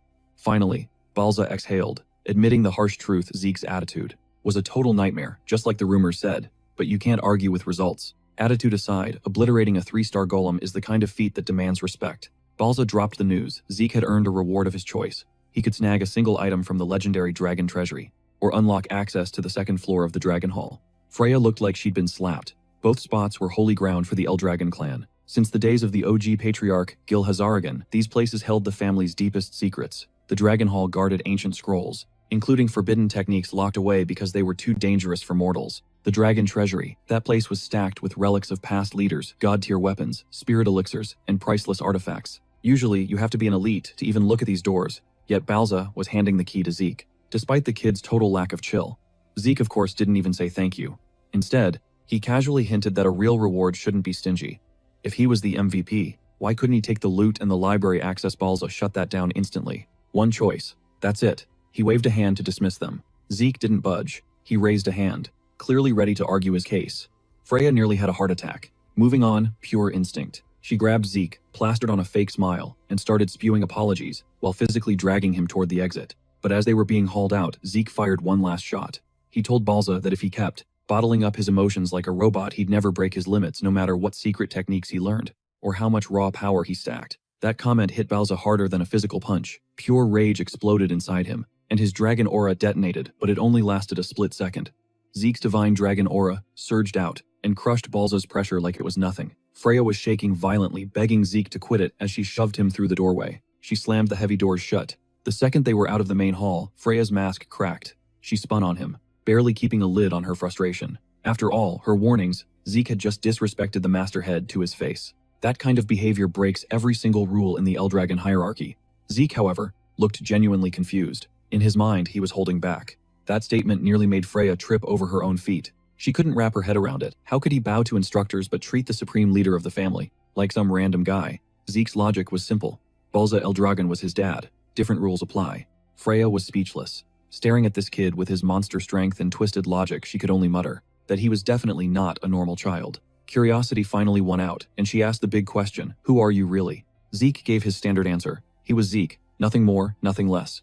Freya went quiet. Every kid in the Eldragon line drank ancient dragon blood as a baby. But nobody, literally nobody, had ever stood stone-faced in front of the Masterhead's aura. Balza carried the authority of a dragon king, an apex predator even among dragons. Zeke should have been flattened. Instead, he didn't even flinch. What kind of creature stays calm in front of a dragon king? The thought gave her chills. Sensing the awkward silence, Zeke casually asked if she was good. Freya waved it off, but inside, she was already planning to dig through Zeke's birth records with a fine-tooth comb. Changing the subject, she asked which prize he was taking. She laid out the options again. Access to the Dragon Hall's second floor, or one piece of gear from the treasury. Just one. Zeke asked if he could take both again. Freya shot him down. Immediately. After a beat, Zeke picked the Dragon Hall. For him, intel was worth way more than gold. He needed to decode the era he'd been reborn into. The tools, the medicine, the martial arts, meta, and the 1,000 years of history he'd missed out on. Just then, Langus stumbled onto the scene, practically tripping over his own excitement. The idea of stepping into the Eldragon family's Dragon Hall felt like a fever dream to him. When Zeke looked at him, Langus nodded like a bobblehead. He already knew the Strike Dragon and Nurturing Dragon styles, and those were strong. But the chance to peep higher-level martial arts, that was the dream. A moment later, Laika came running in, vibrating with hype. She was talking a mile a minute about maximizing their time inside, determined to speed-run the learning process. She confirmed that even though they were stuck on the first floor, the protocol mirrored the elite tiers. You walk out with one grimoire max, but while you're inside, read until your eyes bleed. Clock management was the name of the game. Zeke took it in stride, cool as ice. Laika, though, she couldn't wrap her head around why he picked the Dragon Hall instead of the Dragon Treasury, expecting him to raid the place for god-tier gear. Zeke didn't deny the allure of shiny toys, but he clapped back with a simple truth right now. Intel was the ultimate currency. Laika dropped some lore. The second floor housed the really broken martial arts manuals, with a power gap so wide it wasn't even funny. Still, she flexed that absolutely nothing could touch her lightning greatsword technique. Zeke ghosted her flex completely. His gaze was already locked on the massive silhouette looming ahead the Dragon Hall. Upon arrival, the Guardian dropped the timer 5 hours. Oh, and rule number 1, keep your trap shut inside. Zeke calculated the odds, wondering if 5 hours would cut it. Laika shut that doubt down, noting most people get way less screen time here. She laid out the meta. Priority 1 is securing the book you're taking home. After that, binge read everything in sight. Langus chimed in about urban legends of geniuses processing multiple scrolls at once, but his own mission was basic: find a build that actually fit his style. Stepping inside the Dragon Hall, the sheer scale hit them like a truck. Langus and Selena stood frozen jaws on the floor, overwhelmed by this legendary loot room they'd only heard whispered about. Infinite rows of ancient manuscripts and scrolls faded into the darkness. Zeke scanned the database with laser focus. The volume count was way higher than expected. A slow, satisfied smirk crept onto his face. Even he might uncover some fresh, unseen lore here. Hours melted away. Zeke sat buried in a fortress of manuscripts, the heavy pressure of history crushing in from all sides. The pages spilled tea on a history he never saw coming. Dimensional glitches, alien servers, and powers that broke the game mechanics he knew. Finally, even Zeke hit his bandwidth limit. He leaned back, letting out a long breath as the massive lore drop downloaded into his brain. Nearly 1,000 years of patch notes he'd missed. Wars, meta shifts, cataclysms. One file demanded attention. Roughly 900 years ago, this server linked up with an otherworldly zone, the Chaos Realm. A glitch in the dimensional firewall changed humanity's destiny permanently. In that alternate dimension, mobs called Chaos ran wild. To fight back, the locals unlocked a special source power. The Eldragon clan led the charge, grinding side by side in the trenches. 4 OP warriors from the Chaos Realm, Typhona, Livius Bahamut, and Fafnir, married into the Eldragon line. That union spawned the 4 great branches that still run the show today. Suddenly, a memory triggered that black boar he fought earlier, the beast cloaked in that glitchy mist that broke every rule of physics. Back then, it felt alien, fundamentally bugged. Now, with the lore in front of him, the pieces clicked. That vibe wasn't local. The black mist wasn't elemental or spiritual, it was raw, chaos. His mind pivoted, locking onto Laika's lightning aura. It always felt jittery, vibrating on a frequency different from standard mana or martial arts. That glitchiness made total sense now. Their power wasn't native to this server. It was modded by something way outside. But the real hook, the mention of magic, it was listed as a totally separate OS, a power system imported from the Chaos Realm. New tech, a foreign architecture unlike anything this world had installed before. Curiosity piqued. Zeke scoured the shelves for the instruction manuals on this system. When he hit the designated sector, he frowned. The slot next to the history logs was empty. Data that critical should have been there, but it was wiped. Before he could dig deeper, a faint whisper ghosted through the silent hall. Zeke went rigid. Zero presence on the radar. Just audio. He snapped around, sweeping the aisles clear. Sitting amidst the open books, he ran a calm diagnostic. Whatever this was, it wasn't using any energy signature he had on file. Then the environment shifted. A nearby book started auto-scrolling its pages. A second later, his entire book fort levitated. The texts floated higher. Faint shimmering hitboxes appeared, barely visible threads glistening in the air. Someone was puppeteering the books with thread control. The micromanagement was so clean that Zeke momentarily zoned out on the threat. When the invisible admin shushed him again, Zeke ignored the warning completely. He snatched the last floating book and traced the wire back to the source, tugging hard against the invisible grip. High above, chilling on the upper balcony, a hooded figure controlled the floating library with just a twitch of their fingers. Without a glance, the figure's wrist barely flicked. Boom, ice-cold pressure crushed Zeke instantly. He couldn't even twitch before the Dragon Hall Guardian's voice thundered off the walls. Time is up. Invisible threads snapped tight, yeeting Zeke straight out of the chamber. Mid-air twist. Perfect landing. He hit the ground outside like a cat glancing back at the towering structure. That look in his eyes, pure obsession. He wasn't scared. He was dying to get back in there. Behind him, Lika and Langus were frozen statues, brains buffering from the spectacle. Zeke just dusted off his fit like nothing happened. Zero explanation given. Instead, he pivoted to check out their loot. Show me what you got. Langus flexed a spear art built on pure flow. Selena had snagged a sword style made for speed demons. Raymond, he scored an unbreakable shield technique. Zeke nodded, impressed. But he recognized the DNA. All three moves traced back to martial foundations he invented ages ago. Then Leica dropped her scroll, a heavy sword art modified by a later master. Zeke's gaze sharpened. That signature style. The person who tweaked this left a mark he knew all too well. Intriguing. What he thought would be a snooze fest just turned into a mystery box. Cut to black. 5 years later. Eastern Hall. Lika was on a mission, scanning corners and moving fast. Dorms were a ghost town. No, Zeke. A random student tipped her off. They hit the training grounds. That weirded her out. They already crushed a workout before sunrise. Why go back? Her gut twisted. She sprinted to the grounds and stopped dead at the gate. The vibe was intense. Selena had her blade out locked in. Raymond was hunkered down behind his shield, bracing for a collision. Behind them, Langus twirled his spear with lethal precision. And, in the kill box, Zeke. No weapon. Hands empty. He was taking on the whole squad solo.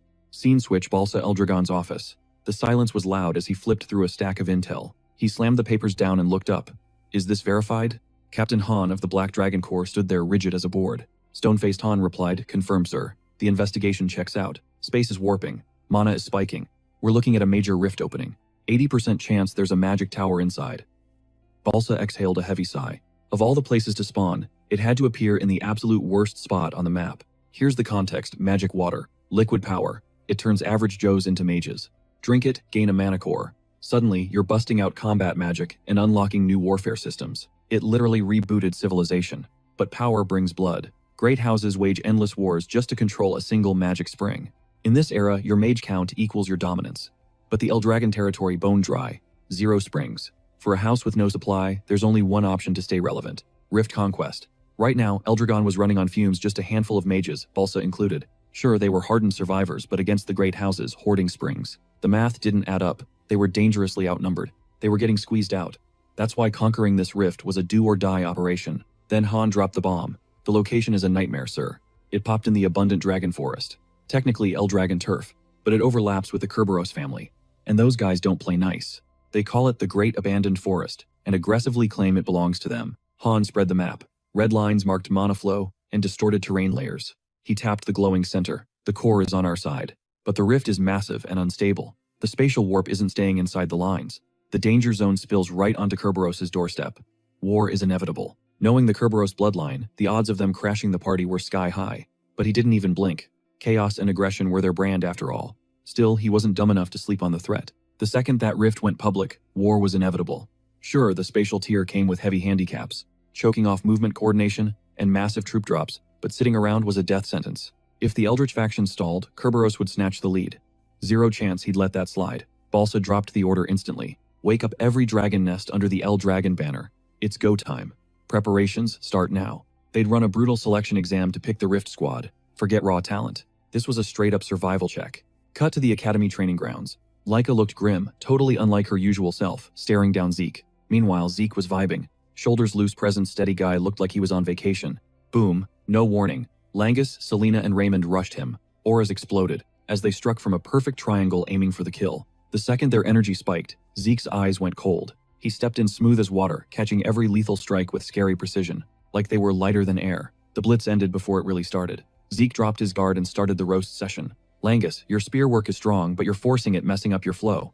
Selena loved the speed, but your hits possess zero stopping power. Raymond, solid shield control. You're actually getting better. He cracked a smirk. But honestly, you're all playing way too safe. Hesitation gets you killed out there. Come at me again. And seriously, don't hold back this time. Watching from the sidelines, Lika muttered, this is ridiculous. Zeke glanced over his shoulder. You got a problem, Lika snapped back. Yeah, tanking hits raw without circulating any source power. That's suicidal. Ignoring her logic, Zeke kept weaving through their attacks, slipping punches and countering like he was bored. To him, their lethal blows were jokes. This was just a warm-up. He flexed an arm confidently. My body's tough enough to eat these hits now even without the juice. Can't you tell, Lika? Face-palmed, letting out a long suffering sigh. At the very least, she groaned, stop giving a lecture while people are trying to beat you up. Mid-swing, even Langus muttered, guy's actually nuts. Lika shook her head. Honestly, you three are just as weird for keeping this up. It's clearly pointless. Raymond, still pushing forward, gasped.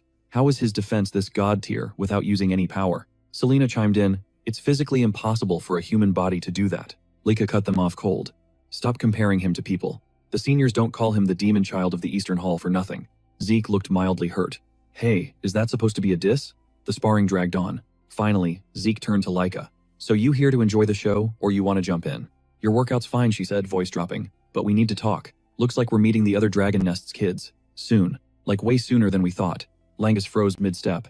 Raymond shrugged, figured that was coming. Selena frowned.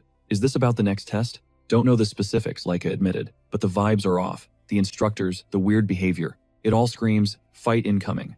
Zeke paused, realizing he'd been totally oblivious to the drama. His playful look faded into something serious. Watch your back, Lika warned. The Western Hall has a candidate for the next head, and word is, he's a monster. Zeke's grin returned wider this time. Finally, things were getting spicy. A few days later, the Eastern Hall was swarming. The air was heavy enough to crush the nervous juniors, while the seniors stood like statues radiating pressure. Zeke and the squad hung back, scanning the crowd. They tossed everyone in the arena, rank doesn't matter, Zeke noted. Lika nodded. Exactly like I thought. Suddenly, the massive training gates groaned open. Dead silence. Freya stepped in and her aura alone choked the noise out of the entire room. She dropped the bomb. In exactly 3 days, the Eastern Hall students were going to war against the spawn of the other dragon nests. The crowd froze. You could practically smell the panic rising off the juniors. Raymond's scowl deepened enough to bury a coin, while Selena went dead silent. Langus tensed up, rattled to the core. But Zeke, for the first time in forever, a grin cracked his face. Pure, unadulterated hype was waking up inside him. Freya held up 3 fingers, driving the point home.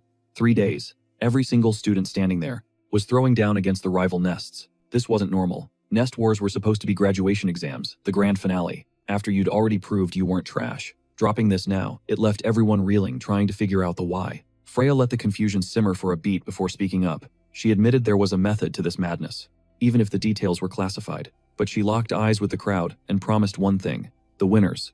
They'd snag a special mission. A dangerous glint sparked in Zeke's eyes. He didn't need to ask what the job was. In this academy, special was just code for danger, violence, and a serious power-up. To him, it sounded way too fun to pass up. Freya then laid out the rules. It's an elimination tournament. 4 nests, 7 fighters each. Eastern Hall had to pick their 7 champions. Right here, right now. A senior stepped up chest, puffed out, practically assuming the spots were already theirs. He assumed it was seniors only. Freya shut that down cold. If that were true, why would I drag every single student out here? Message received loud and clear. The roster was open to everyone, seniors, juniors, didn't matter. That triggered the upperclassmen immediately. You could hear the scoffs echoing as they looked around, wondering what a bunch of newbies could possibly do in a real fight. They looked at the juniors like they were bugs. The pressure was suffocating. Before bailing, Freya dropped the mic. She didn't care how they did it, but she wanted 7 names by the end of the day. As she left, a senior took center stage, radiating authority. It was Rick, a top-tier heavyweight of the Eastern Nest. He pivoted to face the trembling juniors, and cut through the noise with a decree: the 7 slots belonged to the seniors. No debate. He swept the room with a smug glare, daring anyone to object. For a second, nobody breathed. Then a lone figure broke ranks. Lika. She stepped up and calmly announced that, yeah, she actually did have a problem with that. She argued there was zero logic in gatekeeping the slots for seniors, exclusively. She claimed the juniors, herself included, were more than ready to throw hands. Rick clenched his jaw, muttering her name like a curse. He smoothed his expression and hit back with a condescending tone, saying Lady Lika was confused. This isn't about bloodlines or titles, he sneered. It's about raw combat skill. In a real fight, experience is king. But before he could finish his lecture, Lika flared her mana. The whole atmosphere grew heavy. 3 brilliant stars blazed to life on her chest, undeniable proof. She looked him dead in the eye. Does a 3-star rank still lack skill? The seniors gaped. Rick's eyes went wide, his confidence taking a massive hit. You could hear the whispers ripple through the seniors. Since when do we have a 3-star junior? Laika wasn't done. She agreed that strength should rule, but she threw a curveball back at him. Are there really 7 seniors here stronger than me? She called his bluff. And if not, then the roster had to open up to the new blood. Rick gritted his teeth, scrambling for an excuse. You're an exception. A freak case, he shouted, insisting no other junior could touch the seniors level. That's when a lazy voice cut through the tension. You're being way too loud, man. Rick whipped around, annoyed. Excuse me, it was Zeke. He just shrugged. I said stop screaming. It's annoying. With a bored smirk, Zeke dropped the hammer. So the seniors think all us juniors are trash, huh? As the words left his mouth, Zeke let his aura bleed out. It wasn't an explosion, it was a crushing, terrifying pressure that suffocated the entire field. Still smiling, Zeke made a simple pitch. Why talk when we can fight? Anyone who wants a spot, jump in. We brawl until only 7 are left standing. Laika pinched the bridge of her nose. This is going off the rails, she muttered. She knew exactly how bloody this could get. She had to step in before it turned into total anarchy. She tweaked the plan. Let's make it a ranking battle. Anyone can enter. We spend the next 3 days fighting and we keep score. Pure stats, no bias. The top 7 on the leaderboard represent the Eastern Nest. Cornered, and seeing his clout slipping, Rick gritted his teeth and signed off on the deal. He waved it off as a total joke, convinced the win was already in the bag. Laika spun around to face Zeke. She asked if he was planning to throw his hat in the ring for the qualifiers.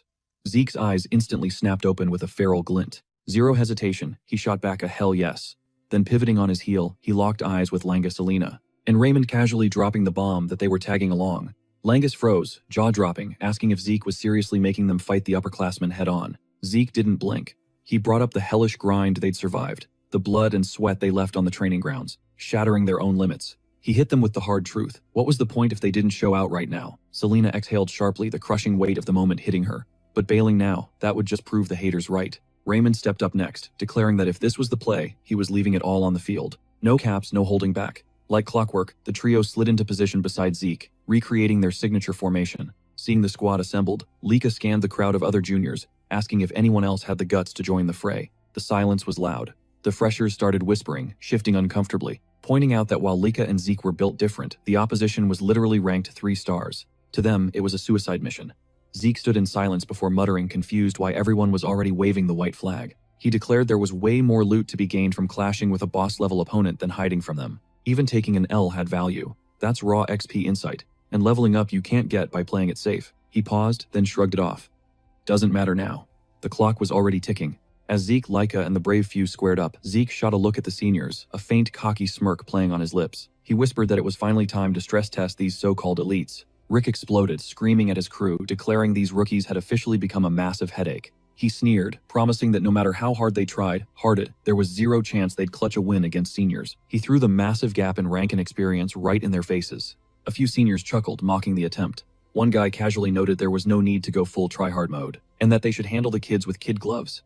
Another scoffed, noting that besides Laika, every rookie there was just a measly 1-star warrior. Feeling the vibes tank among his teammates, Zeke calmly asked what was up with the panic. Langus kept it 100. He admitted the enemies were 3-star veterans, and it was only natural to be shook facing that kind of stat advantage. Zeke fired back instantly. He reminded them of the insane hours they put in. He pointed out they had already proven they were cracked during practice. Real talk, he told them they just needed to trust their own skills. His words hit home. Hearing Zeke's chill confidence, Selena's face relaxed, a small smile breaking through, and Langus let out a heavy breath, shaking off the nerves. The fear evaporated, replaced by that main character energy. Across the arena, Rick lost his cool. He bellowed, ordering the rookies to flare their auras and quit stalling. He barked that they didn't have all day for a therapy session, and demanded Zeke step up and catch these hands. The brawl kicked off. From the sidelines, the spectators watched jaws on the floor. They couldn't compute the scene unfolding. One by one, the seniors got folded. Langus and Selena stood tall over their crushed opponents. While the crowd buzzed with noise, the juniors started whispering, doubting their own eyes. Some asked if this year's seniors were nerfed, while others wondered if the rookies were actually overpowered monsters. Chilling on the side, Zeke wore a wide, smug grin. He gave them their flowers immediately, telling them they absolutely crushed it. He noted Langus had leveled up his parrying game big time, and had unlocked a sharper instinct for spotting openings in real time. Pivoting to Selena, he hyped up her mastery of the Windflower sword flow, saying it was way cleaner than before. As for Raymond, Zeke nodded at his big brain plays, praising how he used his shield to bait and switch perfectly. Zeke thought to himself that the grind had finally paid off. He hoped they'd keep that same energy, not just in the gym but in the field. Laika had definitely held her own too. She didn't just beat her senior opponent, she deleted him. One massive, overpowering surge of high-voltage lightning, and he was down for the count. The scene left the other seniors absolutely shook. They couldn't wrap their heads around the fact that juniors rookies with just 2 stars had just mopped the floor with them. Towering over her fallen victim, Laika threw shade instantly, asking if that was seriously the best they could do. Rick's voice cracked across the arena, screaming that this was a glitch. A total impossibility for elite 3-star seniors to lose to nobodies. His face contorted into pure panic. The second Zeke stepped into the frame, ignoring the reality check he just got. Rick scoffed loud enough for everyone to hear, calling Zeke a naive kid, and claiming these wins were total flukes. Zeke didn't argue. He just let his mana explode. A heavy, suffocating aura slammed down on the area, crushing everyone like gravity gone wrong. Keeping his cool, he looked Rick dead in the eye. Zeke called him out for being hung up on stats, age, rank, and star counts, like they were the absolute laws of the universe. He dropped the truth bomb. Those are just specs on paper, meaningless when fists actually start flying. Zeke broke it down. True strength isn't a number, it's the W. If you're trash, you lose. If you're strong, you take the win. It's that simple. Rick snapped, veins popping as he screamed that Zeke was a moron. He doubled down, insisting that star count is the only power level that matters, and demanded to know if Zeke was seriously too stupid to know the basics. Zeke just smirked.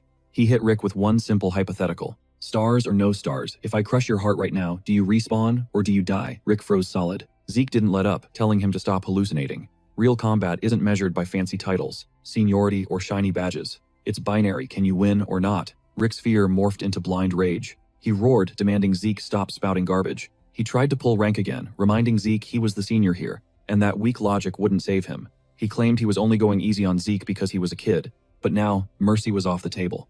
Zeke's face didn't twitch. Looking bored, he asked if Rick was finally done, running his mouth. He quipped that if Rick saw him as a kid, he should expect less talking and more action. Then he cut the tension. It was just the two of them now, no noise. Zeke asked what fighting style Rick mained. Flaring his aura, he dared him to show off all that superior training. Rick screamed a war cry and launched himself into the air, mana blazing like a bonfire as he unleashed his full power and ego. He lit up the sky, diving down at Zeke to prove once and for all who was on top. He never even finished the move. Zeke blurred forward, one fist straight to the mouth. Boom. Game over. Rick's body ragdolled sideways, slamming into the earth with a sickening crunch. His pride, his rank, his confidence shattered in a split second. Zeke stood there, totally unbothered. Flashing a $1 million smile, Zeke casually noted that Rick actually had decent form. Laika watched stunned, realizing Zeke had knocked the guy out cold before Rick could even show off the results of his grind. The juniors nodded in silence. Cut to the West Dragon Hall camp. It was a graveyard of broken students. Dozens were sprawled out, groaning in pain or totally unconscious. Weapons scattered, egos destroyed. In the middle of the carnage, a guy sat chilling on top of a defeated opponent like he was a chair. He spun a dagger, pulsing with mana in his hand. Enter Veniel from the Eldritch family's elite Fafnir branch, and a top contender for the family head. He scanned the sea of losers with pure boredom, muttering that none of these scrubs were worth his time. Moments later, his squad pulled up.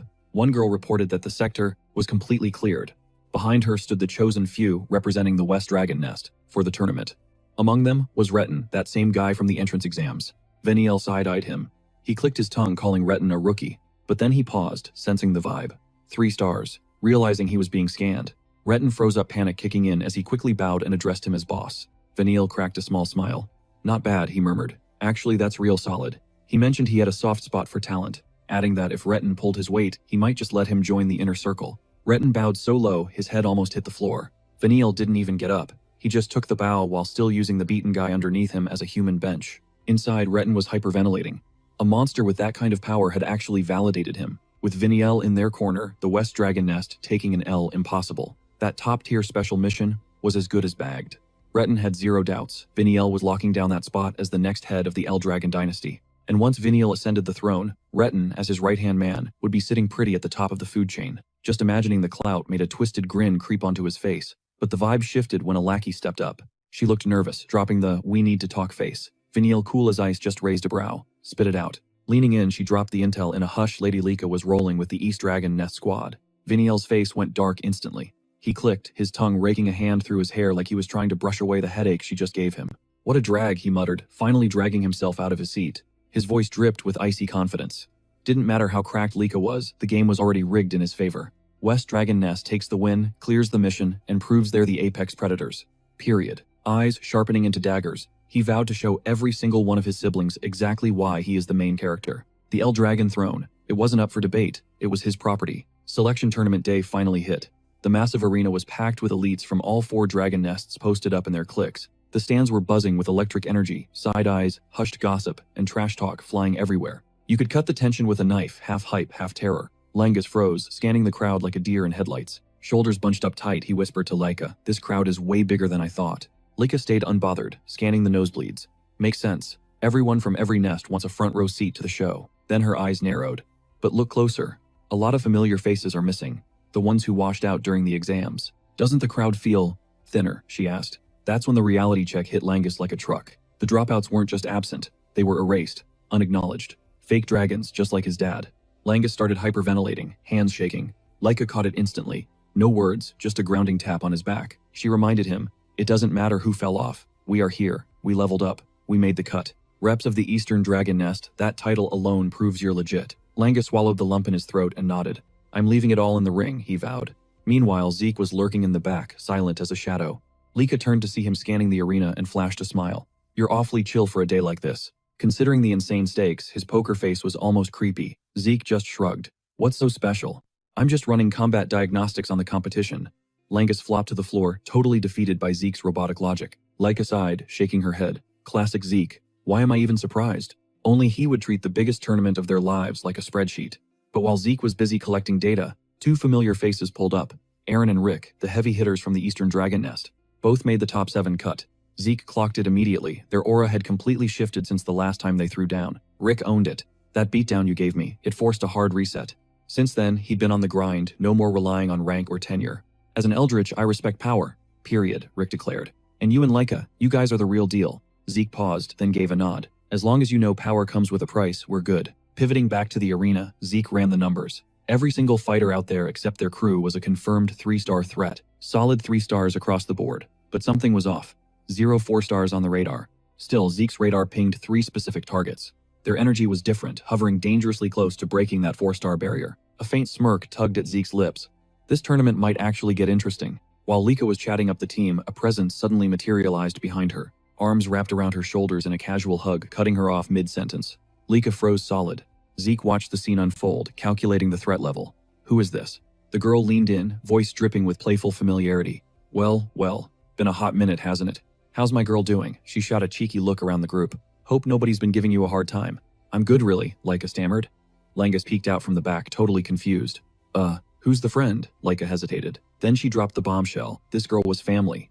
Lika introduced her as Sandy Typhoon, the heiress to the powerful Typhona clan. The name hit the group like a physical blow. Shock rippled through Langus, Selena, and Raymond. The Typhona bloodline wasn't just nobility.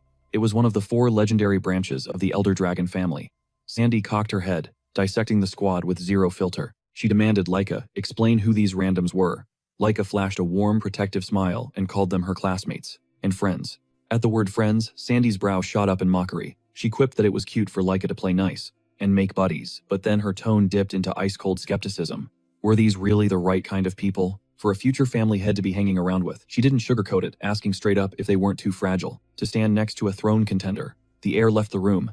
Their faces tightened, panic and insecurity written all over them. Before Laika could clap back, Zeke stepped into the line of fire. He coolly noted that Sandy would get the picture soon enough, once she actually threw hands with them. Sandy pivoted toward him, genuinely blinkered. "Who's this guy?" Laika filled in the blanks, introducing him as Zeke and dropping the fact that he was also gunning for the family head title. A spark of recognition lit up Sandy's eyes. She leaned in, intrigued, asking if he was that guy, the rumored illegitimate son everyone whispered about. Then she twisted the knife, adding she was shocked a mistake like him was still breathing. Zeke didn't flinch. He just stood there with a faint, unbothered smirk. Laika, however, snapped, demanding to know what Sandy's deal was. Sandy shrugged it off, stating that bastard or not, Zeke was technically Laika's competition. She lectured that surrounding herself with friends or whatever this ragtag crew was would only drag Laika down when she went up against real contenders. She drove the point home, sneering that none of them were even 3-star students. She bluntly asked if the Eastern Dragon Nest standards had hit rock bottom. Zeke kept his cool, his voice steady as a rock. He warned that if she kept sleeping on them like this, she was going to get a rude awakening. Sandy's face darkened instantly. Her eyes narrowed into slits as she squared up to Zeke, demanding he repeat himself.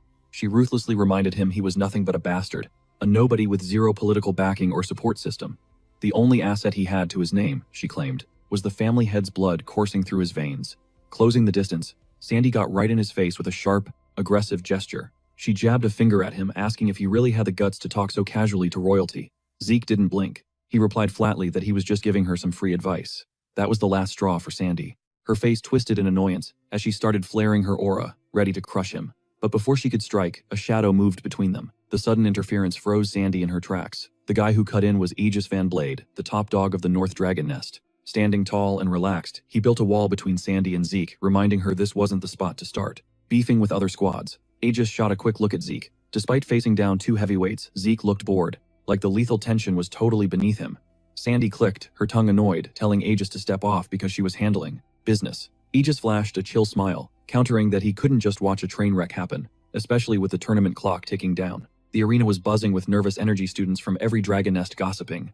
Then a boom of a voice sliced through the noise. That single sound killed the chatter instantly. Langus and the crew froze. The man who owned that voice stepped into the light and declared that the moment they'd all been sweating over the selection tournament was finally live. Hearing that, Zeke's lips curled into a grin that said, "Game time."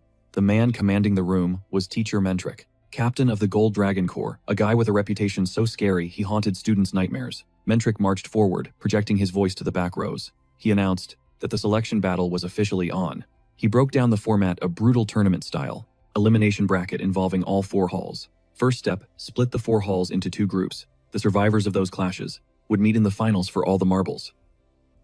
The combat style, strictly one-on-one duels.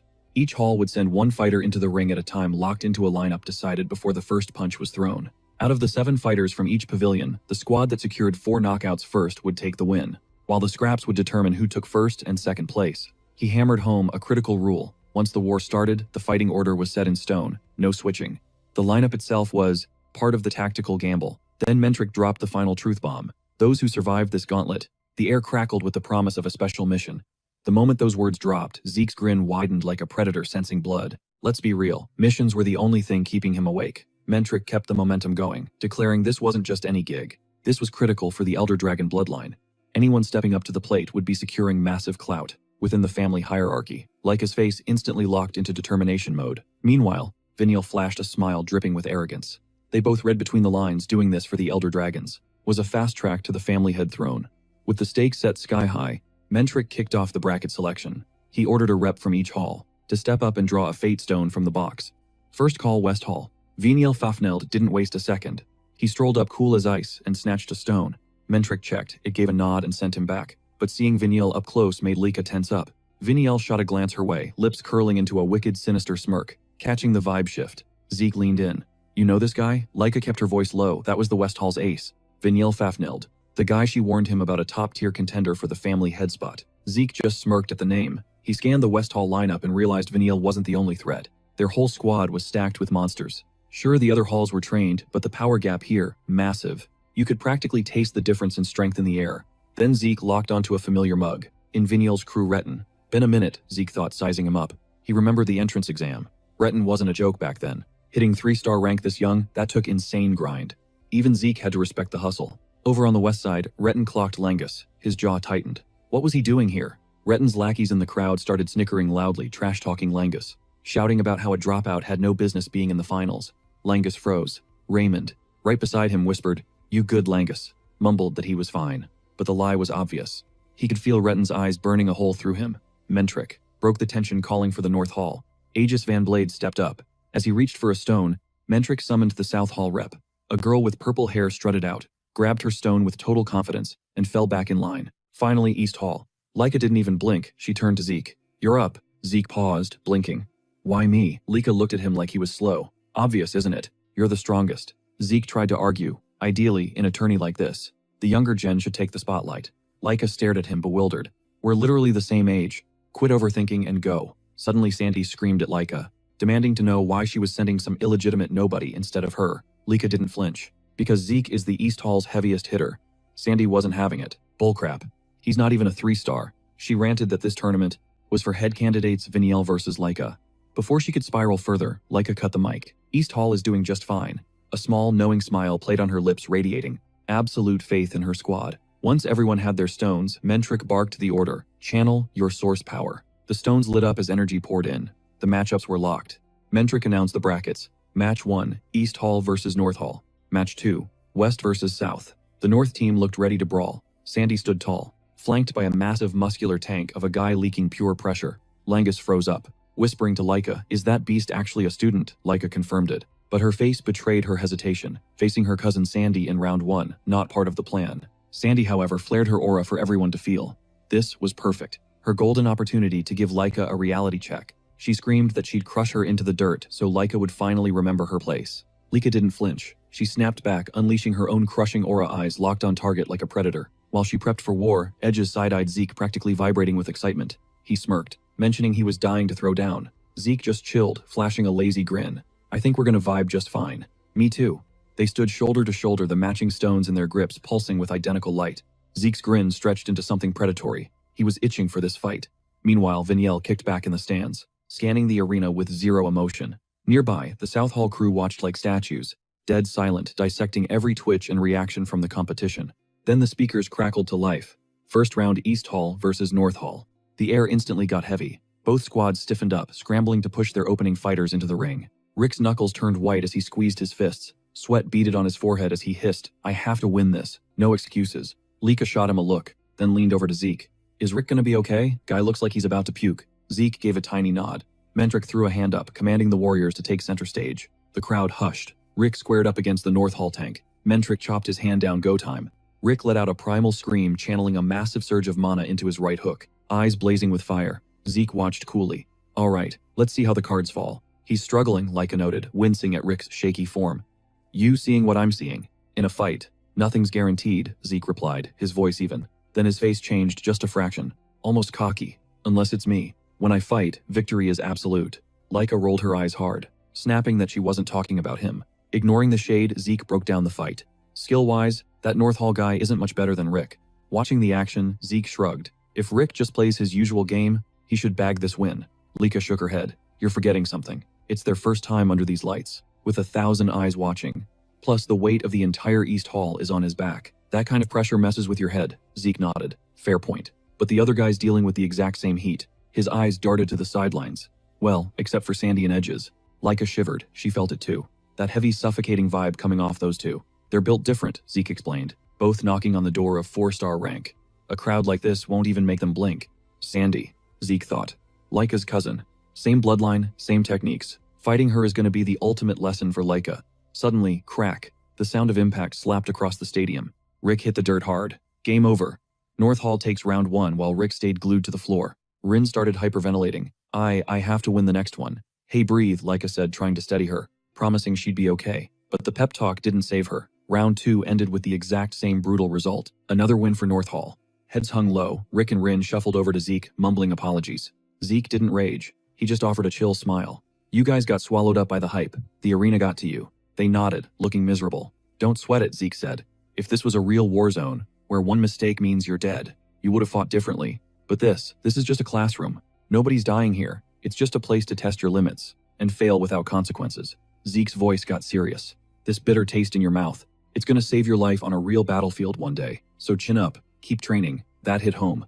Rick and Rin stood taller, eyes burning with new fire. "But," Zeke added, "we are down 2-0.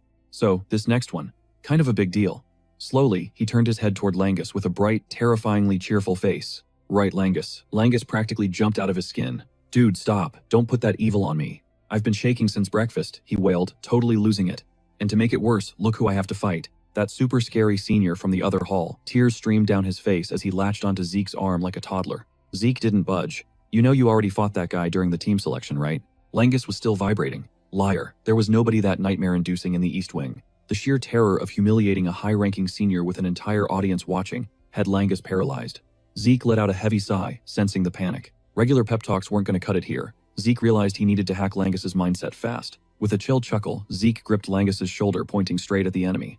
"Take a good hard look, kid." Langus blinked, totally lost. He stared ahead like a deer in headlights, having no clue what Zeke was getting at. Zeke kept his voice steady, forcing Langus to ignore the scary face and lock onto the gear. "Tell me, what is that guy holding?" A sword," Langus stammered, unsure. Zeke leaned in, guiding the kid past the fear to the cold, hard facts. "Exactly. Forget the rank. That is just a meat suit holding a sharp stick. Nothing else matters. Blade comes forward. You dodge. He swings high. You back off. He dips low. You press the attack. Stop overthinking and just react to the steel," Zeke commanded. "Just treat it like a training dummy. Simple physics." As Zeke's logic sank in, the trembling stopped, and a cold fire lit up Langus's eyes. I'll stick to the drills, Langus declared, his voice steady. Zeke smirked internally. This kid's ability to lock in was absolutely god tier. All he needed was a nudge to lock in mentally. Zeke knew once that focus became second nature, Langus wouldn't just improve, he'd evolve into a beast. Of course, the peanut gallery chimed in. A bunch of students started roasting Langus, mocking his frame and betting a twig like him could never make rancor. Langus shot them a glare, cold enough to freeze hell. The trash talk died instantly. Right on cue, Instructor Mentric yelled. Start snapping every pair of eyes back to the ring. Zero hesitation. The bell barely rang before the opponent lunged, firing up the three-blade sword technique. He unleashed a single blade cut that screamed through the air but hit absolutely nothing.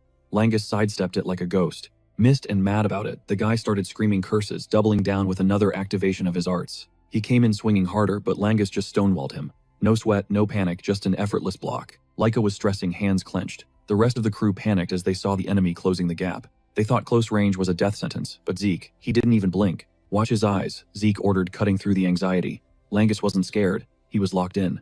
Neon blue light trailed from Langus's gaze. While his opponent spammed attacks, Langus was weaving through them with aimbot-level precision. Desperate and ticking, the guy triggered the three-blade chaos, three-leaf dance. Bad move. Langus's eyes just flared brighter. He popped the cloud and water spear technique. With passing clouds flowing water, he didn't just block, he completely dissected the attack. The enemy froze, brain lagging. Langus didn't give him a frame to recover instantly, queuing up the next strike. Flood drilling. The polearm spiraled forward like a drill, slamming straight into the guy's chest with the force of a freight train. Lights out. The dude folded instantly. Mentric jumped in before the body even hit the floor. Winner East Hall. As the call went out, Langus let out a heavy breath, a shaky grin creeping onto his face. Zeke couldn't hide the smirk anymore. He called it right there. This was the turning point. The comeback starts now. The whole vibe flipped. Langus didn't just win a match. He woke the East Hall up. Selena rode that wave, crushing the fourth round. The fifth match, same story, total domination. Raymond stood tall over a stunned North Hall. Just like that, the East was one win away from sweeping the whole thing. Now for the main event. Laika stepped into the ring, staring down Sandy Typhona. The inevitable clash was here. Laika kept it cool, breaking the silence. Been a minute since we danced, hasn't it? Sandy was sweating. North Hall needed back-to-back miracles to survive. This match was do or die. Same blood, same thunder technique. Sandy sized her up, looking for cracks before opening her mouth. Never thought I'd see my elites get folded by a bunch of rookies, she spat. Especially ones barely scraping 3-star level. Laika didn't flinch. I told you not to sleep on us. East Hall isn't a joke. Sandy gave a tiny nod, finally admitting she underestimated the squad. But none of that matters now. Boom, Sandy's lightning mana erupted. Electricity crackled around her like a storm. The problem, she hissed, was never your little friends. To lead the Eldragon family, you need raw, overwhelming power. Strength that doesn't need a cheerleader. She dropped the hard truth, Laika couldn't win like this. After all, Laika was still just the number 2 seed for the East. Do you even get how dangerous this spot is? Do you really understand what you're risking? Laika flicked her eyes to Zeke for a split second, then locked back onto Sandy. Zero hesitation. I get it perfectly. And I never stopped gunning for the family head seat. Cousin or not, Sandy, I'm taking you down. She raised her blade, pointing the tip right at Sandy's throat. This time won't be like the last. Sandy narrowed her eyes, unimpressed. Talk is cheap.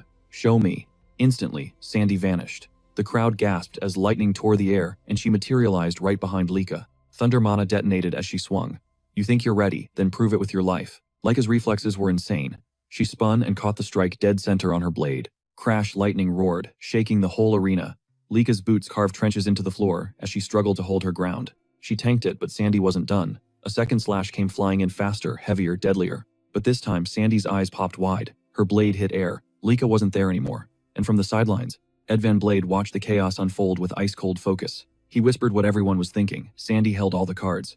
Laika wasn't just fighting an opponent. She was facing a master who wielded the Great Thunder Sword technique with a dominance she could only dream of. The real question was simple. How long until Laika broke? Sandy didn't wait for an answer. Voltage crackled violently around her blade, screaming for blood, as she triggered the Beast Thunder Sword move, Needle Thunder. The thrust was a blur of lethal precision, moving faster than human thought. Laika's reaction was a split second too slow. Crimson sprayed into the air as the steel bypassed her guard and carved through her defenses, sending her slamming into the dirt. Up in the East Hall, Selena and Rin stopped breathing for a second. Down in the dust, Laika gritted her teeth, screaming internally to keep it together. It's just a flesh wound, she told herself. If she panicked now, she was dead meat. Breathe. Just breathe and stand up. In the stands, Langus was losing it, muttering that this beatdown was way too risky for Laika to handle. Raymond cut in his voice low and steady, reminding him that Laika had been Sandy's sparring partner, know her punching bag since childhood. This wasn't new. She knew exactly what it felt like to be crushed by her cousin's insane power level. Laika forced herself up.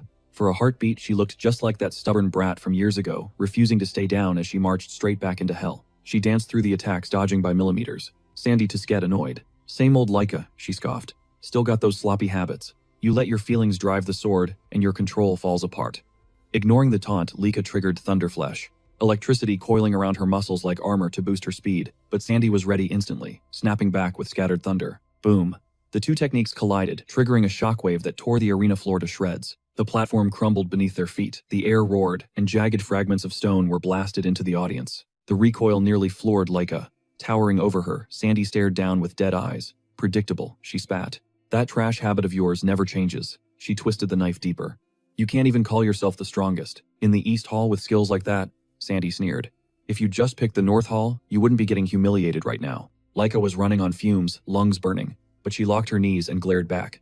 I'm not done. Sandy's expression didn't flicker. Lose, she ordered. You can't beat me. Not like this. Never like this. If it was always going to end like this, I should have just dragged you to Father day one. Even if I had to break your legs to get you into the North Hall, it would have been better than watching this mess. But Laika stood there, defying gravity and logic. Sandy clicked her tongue again. Stubborn fool. You haven't changed a bit. Fine, Sandy decided. I'll school you properly. Zap. In the blink of an eye, she vanished. Before Laika's brain could process, Sandy materialized right behind her, her voice whispering, death. It ends here. Laika tried to flare her aura, but a lightning-infused boot buried itself in her gut first. The impact sound was sickening. Lika folded like a lawn chair as the force ripped through her, followed instantly by a jagged bolt of lightning slicing across her ribs. She launched across the ring, trailing blood like a comet, and smashed into the stone. But Sandy wasn't satisfied. She vaulted high into the skyblade, humming with chaotic energy, charging up a finisher that screamed, overkill. The sidelines went crazy. Selena and Langus looked at Zeke with sheer panic written all over their faces. Zeke didn't blink. Watch closely, he said. She's about to shatter another ceiling. Langus looked confused, but in the ring, Sandy pointed her blade at the broken girl. Quit resisting. Give up. Goodbye, Laika. Sandy prepared to drop the hammer, the true unfiltered might of the great thunder sword technique. Crash. A pillar of lightning obliterated the stage. The ground heaved, rubble flew, and the entire stadium went dead silent. The crowd held its breath. Everyone thought it was a wrap. Game over. When the smoke cleared, Sandy stood tall, staring at the crater. Then, she froze. Slowly, impossibly. Laika pushed herself off the floor. She was a mess, bruised, bleeding, shaking like a leaf, but she was on her 2 feet. Laika locked eyes with her cousin. Now that she wheezed was the real great thunder sword technique. Through the blood, she grinned. Not bad, sis. Sandy's jaw practically hit the floor. That should have knocked you out cold, Sandy muttered. Laika shrugged. 5 years ago. Yeah, I'd be finished. But I haven't been sitting around for the last 5 years. Her smile turned sharp, fueled by pure determination. We're just getting started. Rewind the tape to the locker room moments before the match started. The air was thick with tension, and Laika felt the bad vibes instantly. Zeke clocked her anxiety immediately. You look like a wreck, he noted. Laika chewed her lip for a second before spilling the tea. It's heavy but simple, she confessed. My opponent, it's Sandy, my big sister. Zeke didn't get why that was such a deal breaker, so Laika broke it down for him. Sandy wasn't just family. She was the OG master who drilled the great thunder sword technique into Laika's brain. Sure, Laika picked up the basics from her uncle, the head of the Typhona clan, but Sandy was the one who actually sculpted her style. That made Sandy way more than just a rival. She was Laika's mentor, the gold standard, the boss level she could never beat. I've literally never won against her, Laika admitted, voice shaking. Not even once. Yeah, Laika had leveled up insanely over the last 5 years, but that just made the math scarier. If she had improved that much, then Sandy, who was always leagues ahead, must be practically god tier by now. Laika confessed that all her trash talk earlier was just a front. Deep down, her confidence tank was sitting at 0. Zeke finally got the picture. Smirking, he thumbed his own chest. You forgetting who you've been grinding with. Think about the hell we went through. The thousands of times I mopped the floor with you during sparring. As Laika replayed those memories getting wrecked over and over without mercy, tears actually started stinging her eyes. Zeke chuckled softly. Does that still bug you? Then he got real. You've always had one major glitch. The second your emotions spike, you get tunnel vision. You stop seeing the whole board. That's why we spent 5 years drilling ice into your veins. You need a cool head when the heat turns up. Laika sobbed harder. Easy for you to say. You attacked me like a psycho every single time, smiling like it was nothing. Zeke kept his cool. That was just part of the charm, wasn't it? Laika snapped, fury rising. What is charming about getting beaten to a pulp every single day? Look at the stats, he countered. The results are right there. You can read your opponent now without freaking out. Maybe Laika wiped her face. But against Sandy, I don't know if that's enough to clutch the win. Stop overthinking, Zeke ordered. Just go in there and throw hands. Once the steel clashes, your instincts will take the wheel. Watch her move and you'll realize how much you've evolved. You'll feel the difference in your bones. He leaned in, radiating confidence. Plus you were trained by the strongest, me, so trust that. Forget the scoreboard, past losses don't matter today. Laika hesitated. That doesn't make the fear magically vanish. But… Thanks, she breathed out. I'm not shaking as much now. Zeke nodded, satisfied. One last thing. Sandy really taught you the great Thunder Sword style. When Laika confirmed it, Zeke's grin got dangerous.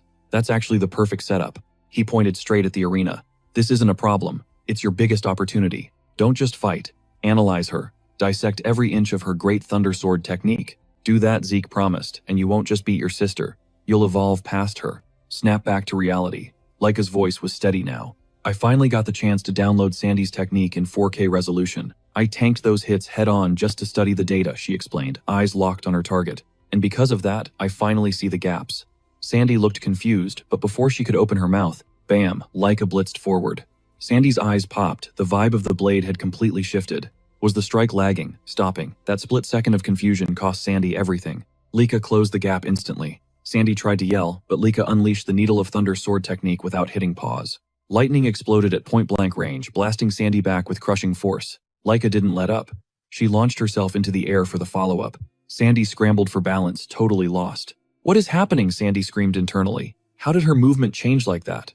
Mid-air Laika triggered the Thunder Flash sword technique, carving a jagged arc of electricity. Rhythm, Laika shouted over the roar. It's a rhythm variation, you always had it. I was missing it before she declared bringing the blade down. But now I get it, and I'm using it to take you down. Sandy wasn't buying it, snapping back, that just understanding a concept didn't mean you could copy-paste it into reality. But the arena was screaming a different narrative. From the sidelines, Langus and Selena were losing their minds, hyping Laika up. Selena shouted that Laika's entire flow had radically transformed. Zeke watched with a smirk of approval, noting that throwing hands with someone mirroring your exact style taught you way more than hitting a training dummy ever could. Rick whispered, asking if Zeke actually grasped why Laika had leveled up so drastically. Zeke shot back that Laika had downloaded her sister's Great Thunder sword art in real time during the brawl. He broke it down. This was the payoff from their grind, absorbing an enemy's move while coldly analyzing the data. Rick and Raymond stayed quiet. Zeke kept talking, noting that back in the day Laika used to get way too heated in a scrap. Her vision would tunnel, killing her options. She only saw her own blade, but this version of Laika, she was different. She was chill enough to dissect her opponent while trading blows. By facing a mirror match, she unlocked a whole new tier of mastery. Back in the ring, Sandy braced herself, yelling that this wasn't over. She insisted a knockoff technique wasn't enough to drop her. Laika answered by locking in completely. The sisters smashed into each other again. Lightning detonated outward, slamming shockwaves against the energy barrier. Sandy got knocked back, face twisting in shock. She screamed, unable to process that she was getting overpowered in a stat check. Pushing forward, Laika announced that if this was about physical conditioning, she wasn't losing to anyone. She claimed she'd trained with a monster until she was staring death in the face. She raised her weapon and told her sister to watch closely. With a piercing war cry, Laika unleashed the celestial thunder, tornado sword art. A lightning storm erupted, drilling violently across the stage. The floor disintegrated under the pressure as Sandy got swallowed whole. When the electricity fizzled out, Laika stood her ground, gasping for air. Sandy stumbled, equilibrium gone. Smiling weakly, Sandy admitted her sister had leveled up like crazy. Then she face-planted onto the tiles. Dead silence. Then the announcer's voice boomed. Winner, East Hall. On the sidelines, Veniel. The West Hall rep stared at the scene, totally shook. Next to him, Alan caught the vibe and asked coolly if there was an issue. Veniel stayed mute as Laika limped back to her squad. Zeke broke the ice first. He called it a beautiful brawl. But despite the props, his voice held a hint of annoyance, clearly salty. He hadn't gotten to throw a punch yet. Selena rushed to catch her. Laika gave a tired smile, saying she was relieved the match ended on her turn. As Selena held her up, Laika added that if she had taken an L, not that she planned to, then Zeke would have had to square up against Edge Van Blade. Zeke asked if she knew the guy personally. Laika said she didn't know him like that, but his clout was undeniable. She explained he was rumored to be the biggest genius the Van Blade clan had produced since day one. Hearing that, Zeke thought to himself that based on his own scans, Edge really was built different even compared to everyone else here. Laika shot a subtle look at Edge, and admitted that even if Zeke fought him, she couldn't guarantee a win. Suddenly, Mentrix stepped up and announced that even though East Hall already secured the dub, the remaining fights would still happen. Langus gasped. Zeke demanded to know what the deal was. Rin voiced her confusion too, noting the rules said it was game over once 4 opponents were eliminated. Zeke found it sketchy too. Internally, he clocked their real agenda. It was obvious. They wanted a show match, Zeke versus Edge. Still, he decided it didn't matter. Smiling calmly, Zeke stated that as long as he got to fight, he was good. Edge Van Blade was already prepped. The showdown everyone wanted was locked in. Edge remarked that even though North Hall took the loss, he was genuinely hyped to fight Zeke right now. Zeke looked skeptical for a split second, wondering if Edge was really that thirsty for a match. Edge confirmed it instantly. He noted that Zeke was the East Hall representative. He went on to explain that even with a powerhouse like Leica there, Zeke got the captain spot. That single choice sparked his interest. He needed to know who Zeke really was. Edge pointed out that Zeke carried the family head's bloodline. But from what he could see, Zeke was still just a 2-star fighter, yet somehow he got picked as the rep over Leica. Hans flashed a killer smile, telling him that weird contradiction was exactly why he was dying to cross blades with him. Zeke went quiet for a heartbeat before grinning, just as he thought they were going to vibe perfectly. He confessed he'd been hyping himself up for this too. Hans chuckled, asking if the adrenaline was kicking in yet. Zeke shrugged it off, admitting the arena was packed with beasts. But Hans, he was built different, a literal once-in-a-century prodigy of the Van Blade clan. Zeke said it was only natural to want to test his steel against a legend like that. Hans slowly lifted his katana, his gaze locking in. He dug Zeke's energy, admitting his excitement was spiking with every second. Zeke eyed the blade, realizing it had been ages since he'd faced a katana of that caliber. Then Mintrick's voice boomed over the speakers, kicking off match 7. Hans literally blurred out of existence. Zeke barely had time to blink. Hans closed the gap in one step. Grinning like a maniac, Zeke called out the insane footwork, impressed by that instant mobility. Hans unsheathed in a seamless blur, triggering the 1,000-leaf bright sheath technique. Golden lightning exploded, drowning the arena in light as the blade snapped toward Zeke. But mid-swing, Zeke felt it. The killing intent just deleted itself. The steel was an inch from his face. Zeke calculated the dodge instantly. The blade ripped right through Zeke's torso, cleaving him in two, or that's what it looked like. Hans's eyes popped as he spotted Zeke chilling right next to him, without a scratch, like he'd teleported out of the kill zone. Hans realized he'd just been played. Zeke had already pirouetted away, confirming the blade hit nothing but air, fooling Hans's senses. A smirk plastered on his face. Zeke gave props to the attack. He said that last move was absolute fire and dared Hans to keep it coming. In response, Hans just nodded like he expected nothing less. No hesitation, he stepped in, switching up his stance and unleashing the wave leaf technique. Suddenly, the blade wasn't just steel. It moved with a heavy fluid momentum. The slash mimicked water, shapeless, endless, and impossible to track. It crashed toward Zeke like a tidal wave. Zeke danced around it, grinning as he noted how tricky that trajectory was, flowing like liquid instead of a straight cut. Still, he started downloading the rhythm of the attacks. Boom! Zeke launched himself skyward. The watery blade lost its pressure, unable to chase him that high. Zeke beamed, calling the move solid, but he wasn't planning on bleeding today. Hans didn't even blink. Electricity crackled around his steel as he fired off the brilliant billion lightning art. Zeke weaved through the strikes, eyes narrowing. Reading that path was becoming a nightmare. It wasn't just speed. The guy was distorting the timing itself. As they traded blows, Zeke realized Hans was constantly morphing his flow. And despite switching styles mid-fight, his speed and power never dropped. The blade's real threat was its efficiency. Zero lag, zero wasted energy. Every slash was surgically timed to Zeke's breathing. A sharp hiss pierced the air as the edge shredded Zeke's shirt without grazing a single pixel of skin. Zeke had to admit, that level of control only comes from an insane grind. He muttered, low-key impressed that this was wild. Hans, keeping his breath steady, confessed he never thought he'd still be missing Zeke after going this hard. He flat out called Zeke a monster, asking what kind of hellish training built a fighter like him. Zeke chirped back that if he was that curious, they should link up for a session after the match. Then Zeke flipped the switch and charged. He zeroed in instantly, cocking his fist back and launching a strike with nuclear force. Hans parried with his blade, but the impact sent a shockwave rattling through his bones. His grip trembled, feeling the sheer weight of that hit. Voice shaking with disbelief, Hans asked where the hell that power came from. That wasn't the output of a mere 2-star rookie. Zeke reset his stance, analyzing the data. He mumbled that he'd been switching up his breathing patterns on purpose, but Hans adapted instantly. In his head, he realized Hans was way more cracked than he gave him credit for. Hans caught the mutter and replied coolly, asking if that meant Zeke was done downloading his moveset. Zeke starts clapping back with his own attacks, casually admitting, yeah, you're not wrong about that. Edges narrows his eyes, looking deadly serious.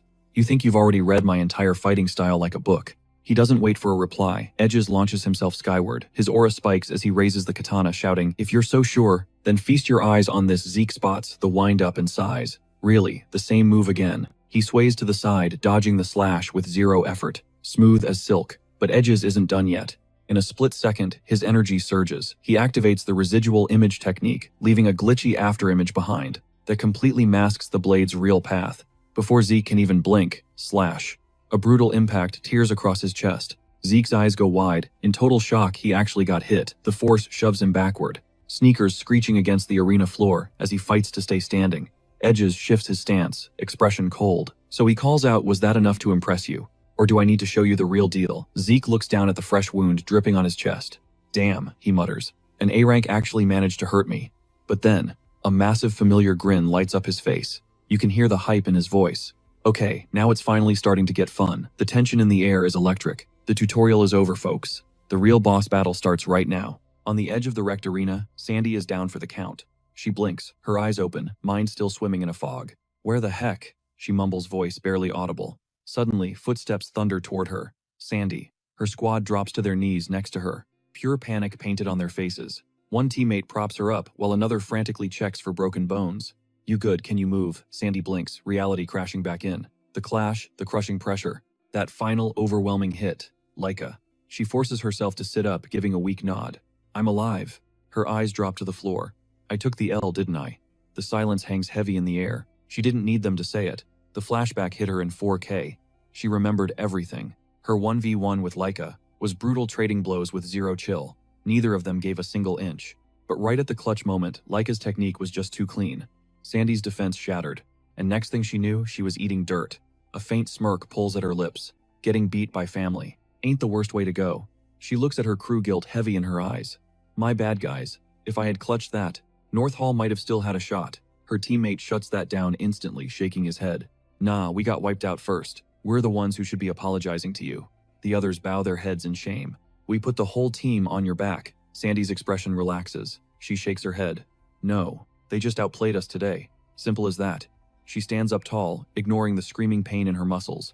The fire is back in her eyes. "Next time, we level up together. No one fights alone." Her teammates nod, swapping disappointment for grit. Sandy glances over at the center stage. Did the West versus South match start yet? A teammate points toward the chaos. "Bro, it should have been over." But they're still going at it. "Look," Sandy follows his finger and her jaw drops. The fight is absolute chaos. Edges is standing in the rubble, his aura flaring like a literal hurricane. Energy is ripping up the floor, floating rocks everywhere. He's actually using it. Sandy whispers. Edges raises his katana, and 5 glowing aura leaves materialize behind him, humming with compressed power. The 5 aura leaves. This isn't basic stuff, it's the ultimate move of the 5 shaded blade style. God tier level. Why is he going this hard? Then she sees Zeke. Dude is just chilling, smiling like it's a practice match. Laika's warning echoes in Sandy's head. He's the East Hall's top dog. Now it all makes sense. Edges snaps. The aura leaves detonate, flooding the arena with overlapping katana afterimages. A tsunami of light blades tears through the air. The crowd gasps, totally shook. But Zeke smooth, operator, sidestep, twist, lean, advance. Nothing touches him. It's not panic dodging, it's pure Matrix-level control. Like taking a stroll through a rainstorm without getting wet. Edges is losing his mind. Even after that insane combo. Zeke isn't even winded.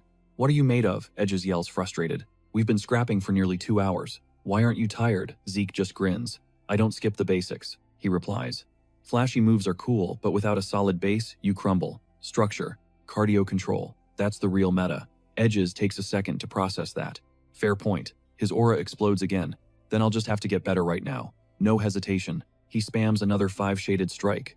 The storm hits, and Zeke walks right through it again. Blade density limits spawn speed and range stability. As Zeke dismantles the attack, he's analyzing the stats in real time. Mid-tier mastery, but for a kid his age, insane. Huge potential. But this confirms the theory Zeke's been cooking up the whole fight. The massive gap between martial arts from 1,000 years ago and the modern era. Back then, technique was the universe. True power was just the battery pack. It wasn't the main event. But modern fighters, they force raw power into physical form, copying nature through brute force manifestation. It's all about resource management now. Zeke actually feels a spark of excitement. After a millennium, life can still throw curveballs. Edges rushes in, unleashing the full combo. Zeke catches him midair. Their energy collides with a massive boom. From the sidelines, Langus watched in total awe. 2 hours straight, and neither of them has dropped. Lika kept her gaze steady, voice low. These guys aren't just fighters, they're monsters. The climax is hitting right now. Back in the pit, Edges gasped for air, chest heaving. He knew it. He's downloaded my entire movement pattern. Zeke gave a sharp nod. Yeah, No ego, just facts. That was actually fun. Edges managed a cracked smile. Even with his limbs feeling like lead, he admitted, same here. Zeke's vibe shifted instantly, intense, focused. Out of respect for that, I'm showing you the level up. He raised a hand. New meta incoming. Edges planted his feet. He knew what was coming. Winning looks impossible, but running, not an option. He triggered the 1,000-bladed katana style. Secret technique extreme 5 blades boom. His aura detonated, rattling the very foundations of the cracked arena. Zeke launched himself skyward. Golden energy coiled around his fist, compressing into a blinding, hyper-dense sphere. Destructor Dragon Art, second form. The air rippled as dozens of energy fists spawned behind him. A meteor shower of pain. They rained down, and the impact was absolutely gnarly. Shockwaves ripped the stage apart. Concrete turned to dust. Shrapnel flew everywhere, sending students diving for cover like it was a war zone. Raymond popped his shield instantly, bracing for the hit. That output is glitching reality. Insane. Sandy's knuckles turned white. Who took it? The barrage swallowed, edges whole. Then, dead silence. Just smoke rolling over the ruins. As the dust settled, Menrich stepped into the wreckage to make the call. Match over. Visibility returned. Edges was flat on the pavement, totally immobilized. His katana, buried deep in the rubble, yards away. A wheezing chuckle escaped him. So that's the gap between us. He looked up at the sky. The grind wasn't hard enough. Zeke touched down fresh as a daisy. Menrich signaled the win. Victory East Hall. The crowd lost its collective mind. He clapped. Edges. Who is this guy? That's not human power. Langus and Raymond rolled up on Zeke. Smug, faces all around. Called it. Raymond grilled. Lika crossed her arms. You trashed the arena. Again. You're a weird one. Zeke just shrugged, already zoning out. Lika cut the chatter, tone dropping an octave. Heads up. Vanille is next, another air candidate. Zeke scanned the competition thoughtfully. West Hall's stats are balanced, he murmured. But South Hall, someone there is built different. A smirk played on his lips, piqued his interest. Then he noticed the crater he made. Might have overcooked that last attack, he admitted. Langus grinned. Check this out. Suddenly the ruins started rewinding. Cracks zipped shut, stone knitted together. The debris flew back into place like magic. Say what Langus broke it down. There's etherite in the foundation. Feed it raw power, and it resets to default settings. Zeke eyed the floor.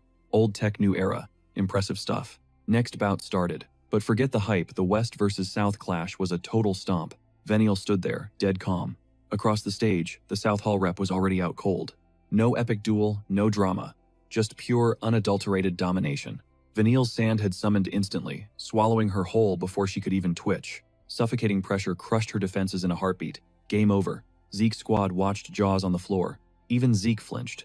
Vanille stared down at his victim face, twisted in pure toxic hate and frustration. He won easy, so why the rage? Interesting. Zeke's grin sharpened. This tourney is just heating up, and there's a darker plot brewing under the surface. But contrary to Zeke's predictions, the clash between West Hall and South Hall turned into a total massacre. When the dust finally settled, Mentric couldn't ignore the knot tightening in his stomach. Something about Vanille's victory felt wrong. Actually, wrong was an understatement. The fight was suspiciously easy. He seriously doubted Vanille had the raw power to stomp a fighter like Leela Sonar without breaking a sweat. Meanwhile, Veniel stood there ice cold, asking Mentric if he planned on calling the match anytime soon. Mentric snapped back to reality, averting his gaze before announcing the winner with a shaky voice. West Hall takes the dub, led by Veniel. He then dropped the news that the final showdown, East versus West, would kick off in exactly 1 hour. The arena went dead silent, the news hanging heavy in the air. The crowd was still paralyzed, brains unable to process the beatdown they just watched. Lila's team, however, was in full panic mode. One teammate carefully scooped her up, while Laika stared blankly, unable to comprehend how Lila got folded so effortlessly. Zeke, on the other hand, didn't say a word. He just watched his mind racing a mile a minute. Because he knew something was fishy. The power gap between Lila and Veniel shouldn't be a canyon like that. For some reason, Lila's internal energy flow had been glitching out the entire time. In that state, there was no doubt. She was compromised from the start. That was the only reason the fight ended in a complete blowout. Zeke figured Mentric had clocked it too since he was reffing up close. This left Zeke silently spiraling, trying to figure out what really went down in that arena. Even Reynold was having a hard time believing Lady Leela, an elite from the Sonar family, could look so helpless. He muttered that, yeah, maybe. A next head candidate is just built different. But Celine wasn't buying it, pointing out the fight felt unnatural. Lika agreed, but gloomily added that maybe they were just that outclassed. It was their first time seeing the true monsters from the other halls go all out, so it was hard to tell if it was sabotage or just a skill issue. Eric then chimed in, reminding them that Lord Zeke and Lady Lika are next head candidates too, so Vanille must just be on their level of crazy power. Right, Celine and Lika nodded slowly, trying to convince themselves. Ranga, though. was totally zoning out. When Eric asked what was eating him, Ranga brushed it off as nothing. Just that Lord Vanille was terrifyingly strong, and honestly, the whole West Hall squad looked like endgame bosses. His vibe instantly killed Reynolds' mood, forcing Ranga to quickly apologize for sounding like a coward right before their big moment. Lika stepped in, saying Ranga wasn't wrong. She admitted she took an L in her last match, and as much as it stung, she knew she wasn't on West Hall's level yet. Eric clapped back that if Lika felt that way, he was in the same boat. He couldn't beat any of them, even with more stars.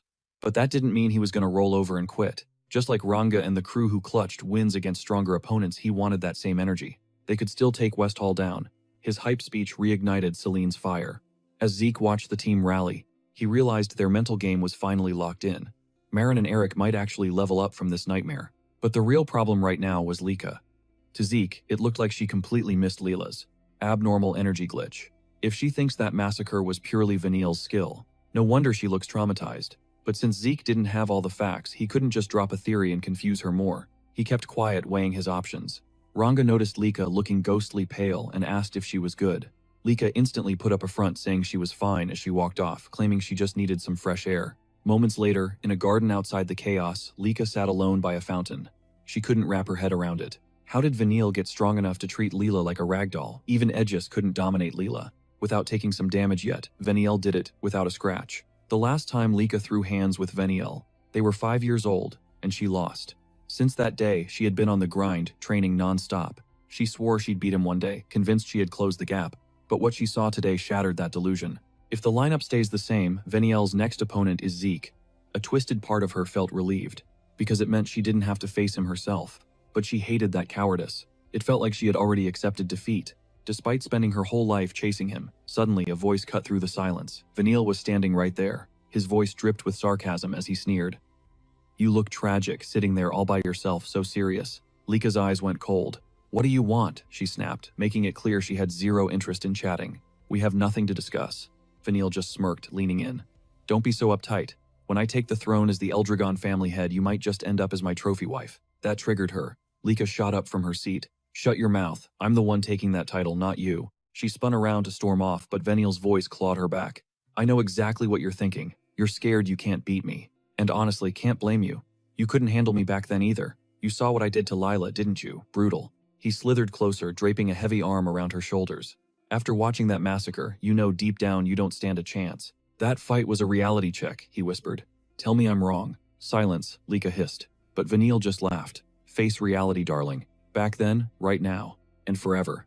You'll never be on my level. Just quit while you're ahead, and submit to me. If you do, I promise I'll take good care of you." His fingers dug into her shoulder, painful and possessive. Lika violently shoved his hand off. "Stop talking trash," she screamed. Vanille shrugged, unimpressed. "Shh, that attitude isn't cute at all." Lika stormed off without looking back. As she vanished, Vanille's expression went ice cold. Hook, line, and sinker, that little shoulder grab, was all it took. It's already game over for her. He pivoted to his henchman lurking nearby. "You know the play." The subordinate nodded grimly. "Consider it done, boss. Leave the rest to us." "But shouldn't we rig the game for that bastard brat Zeke too, just like we did for Lika?" the goon asked. "Nah," Vanille dismissed. "We can deal with Zeke in the ring, or maybe set the trap live while we're fighting him. Prepping early is usually safer, sure. But that kid, his instincts are freakishly sharp. If he sniffs out a trap beforehand, it gets messy. Besides, I've been watching his style. He takes hits on purpose to bait people. That opens him up for a mid-battle setup perfectly." "Got it," the goon nodded. Vanille bumped fists with him, scoffing.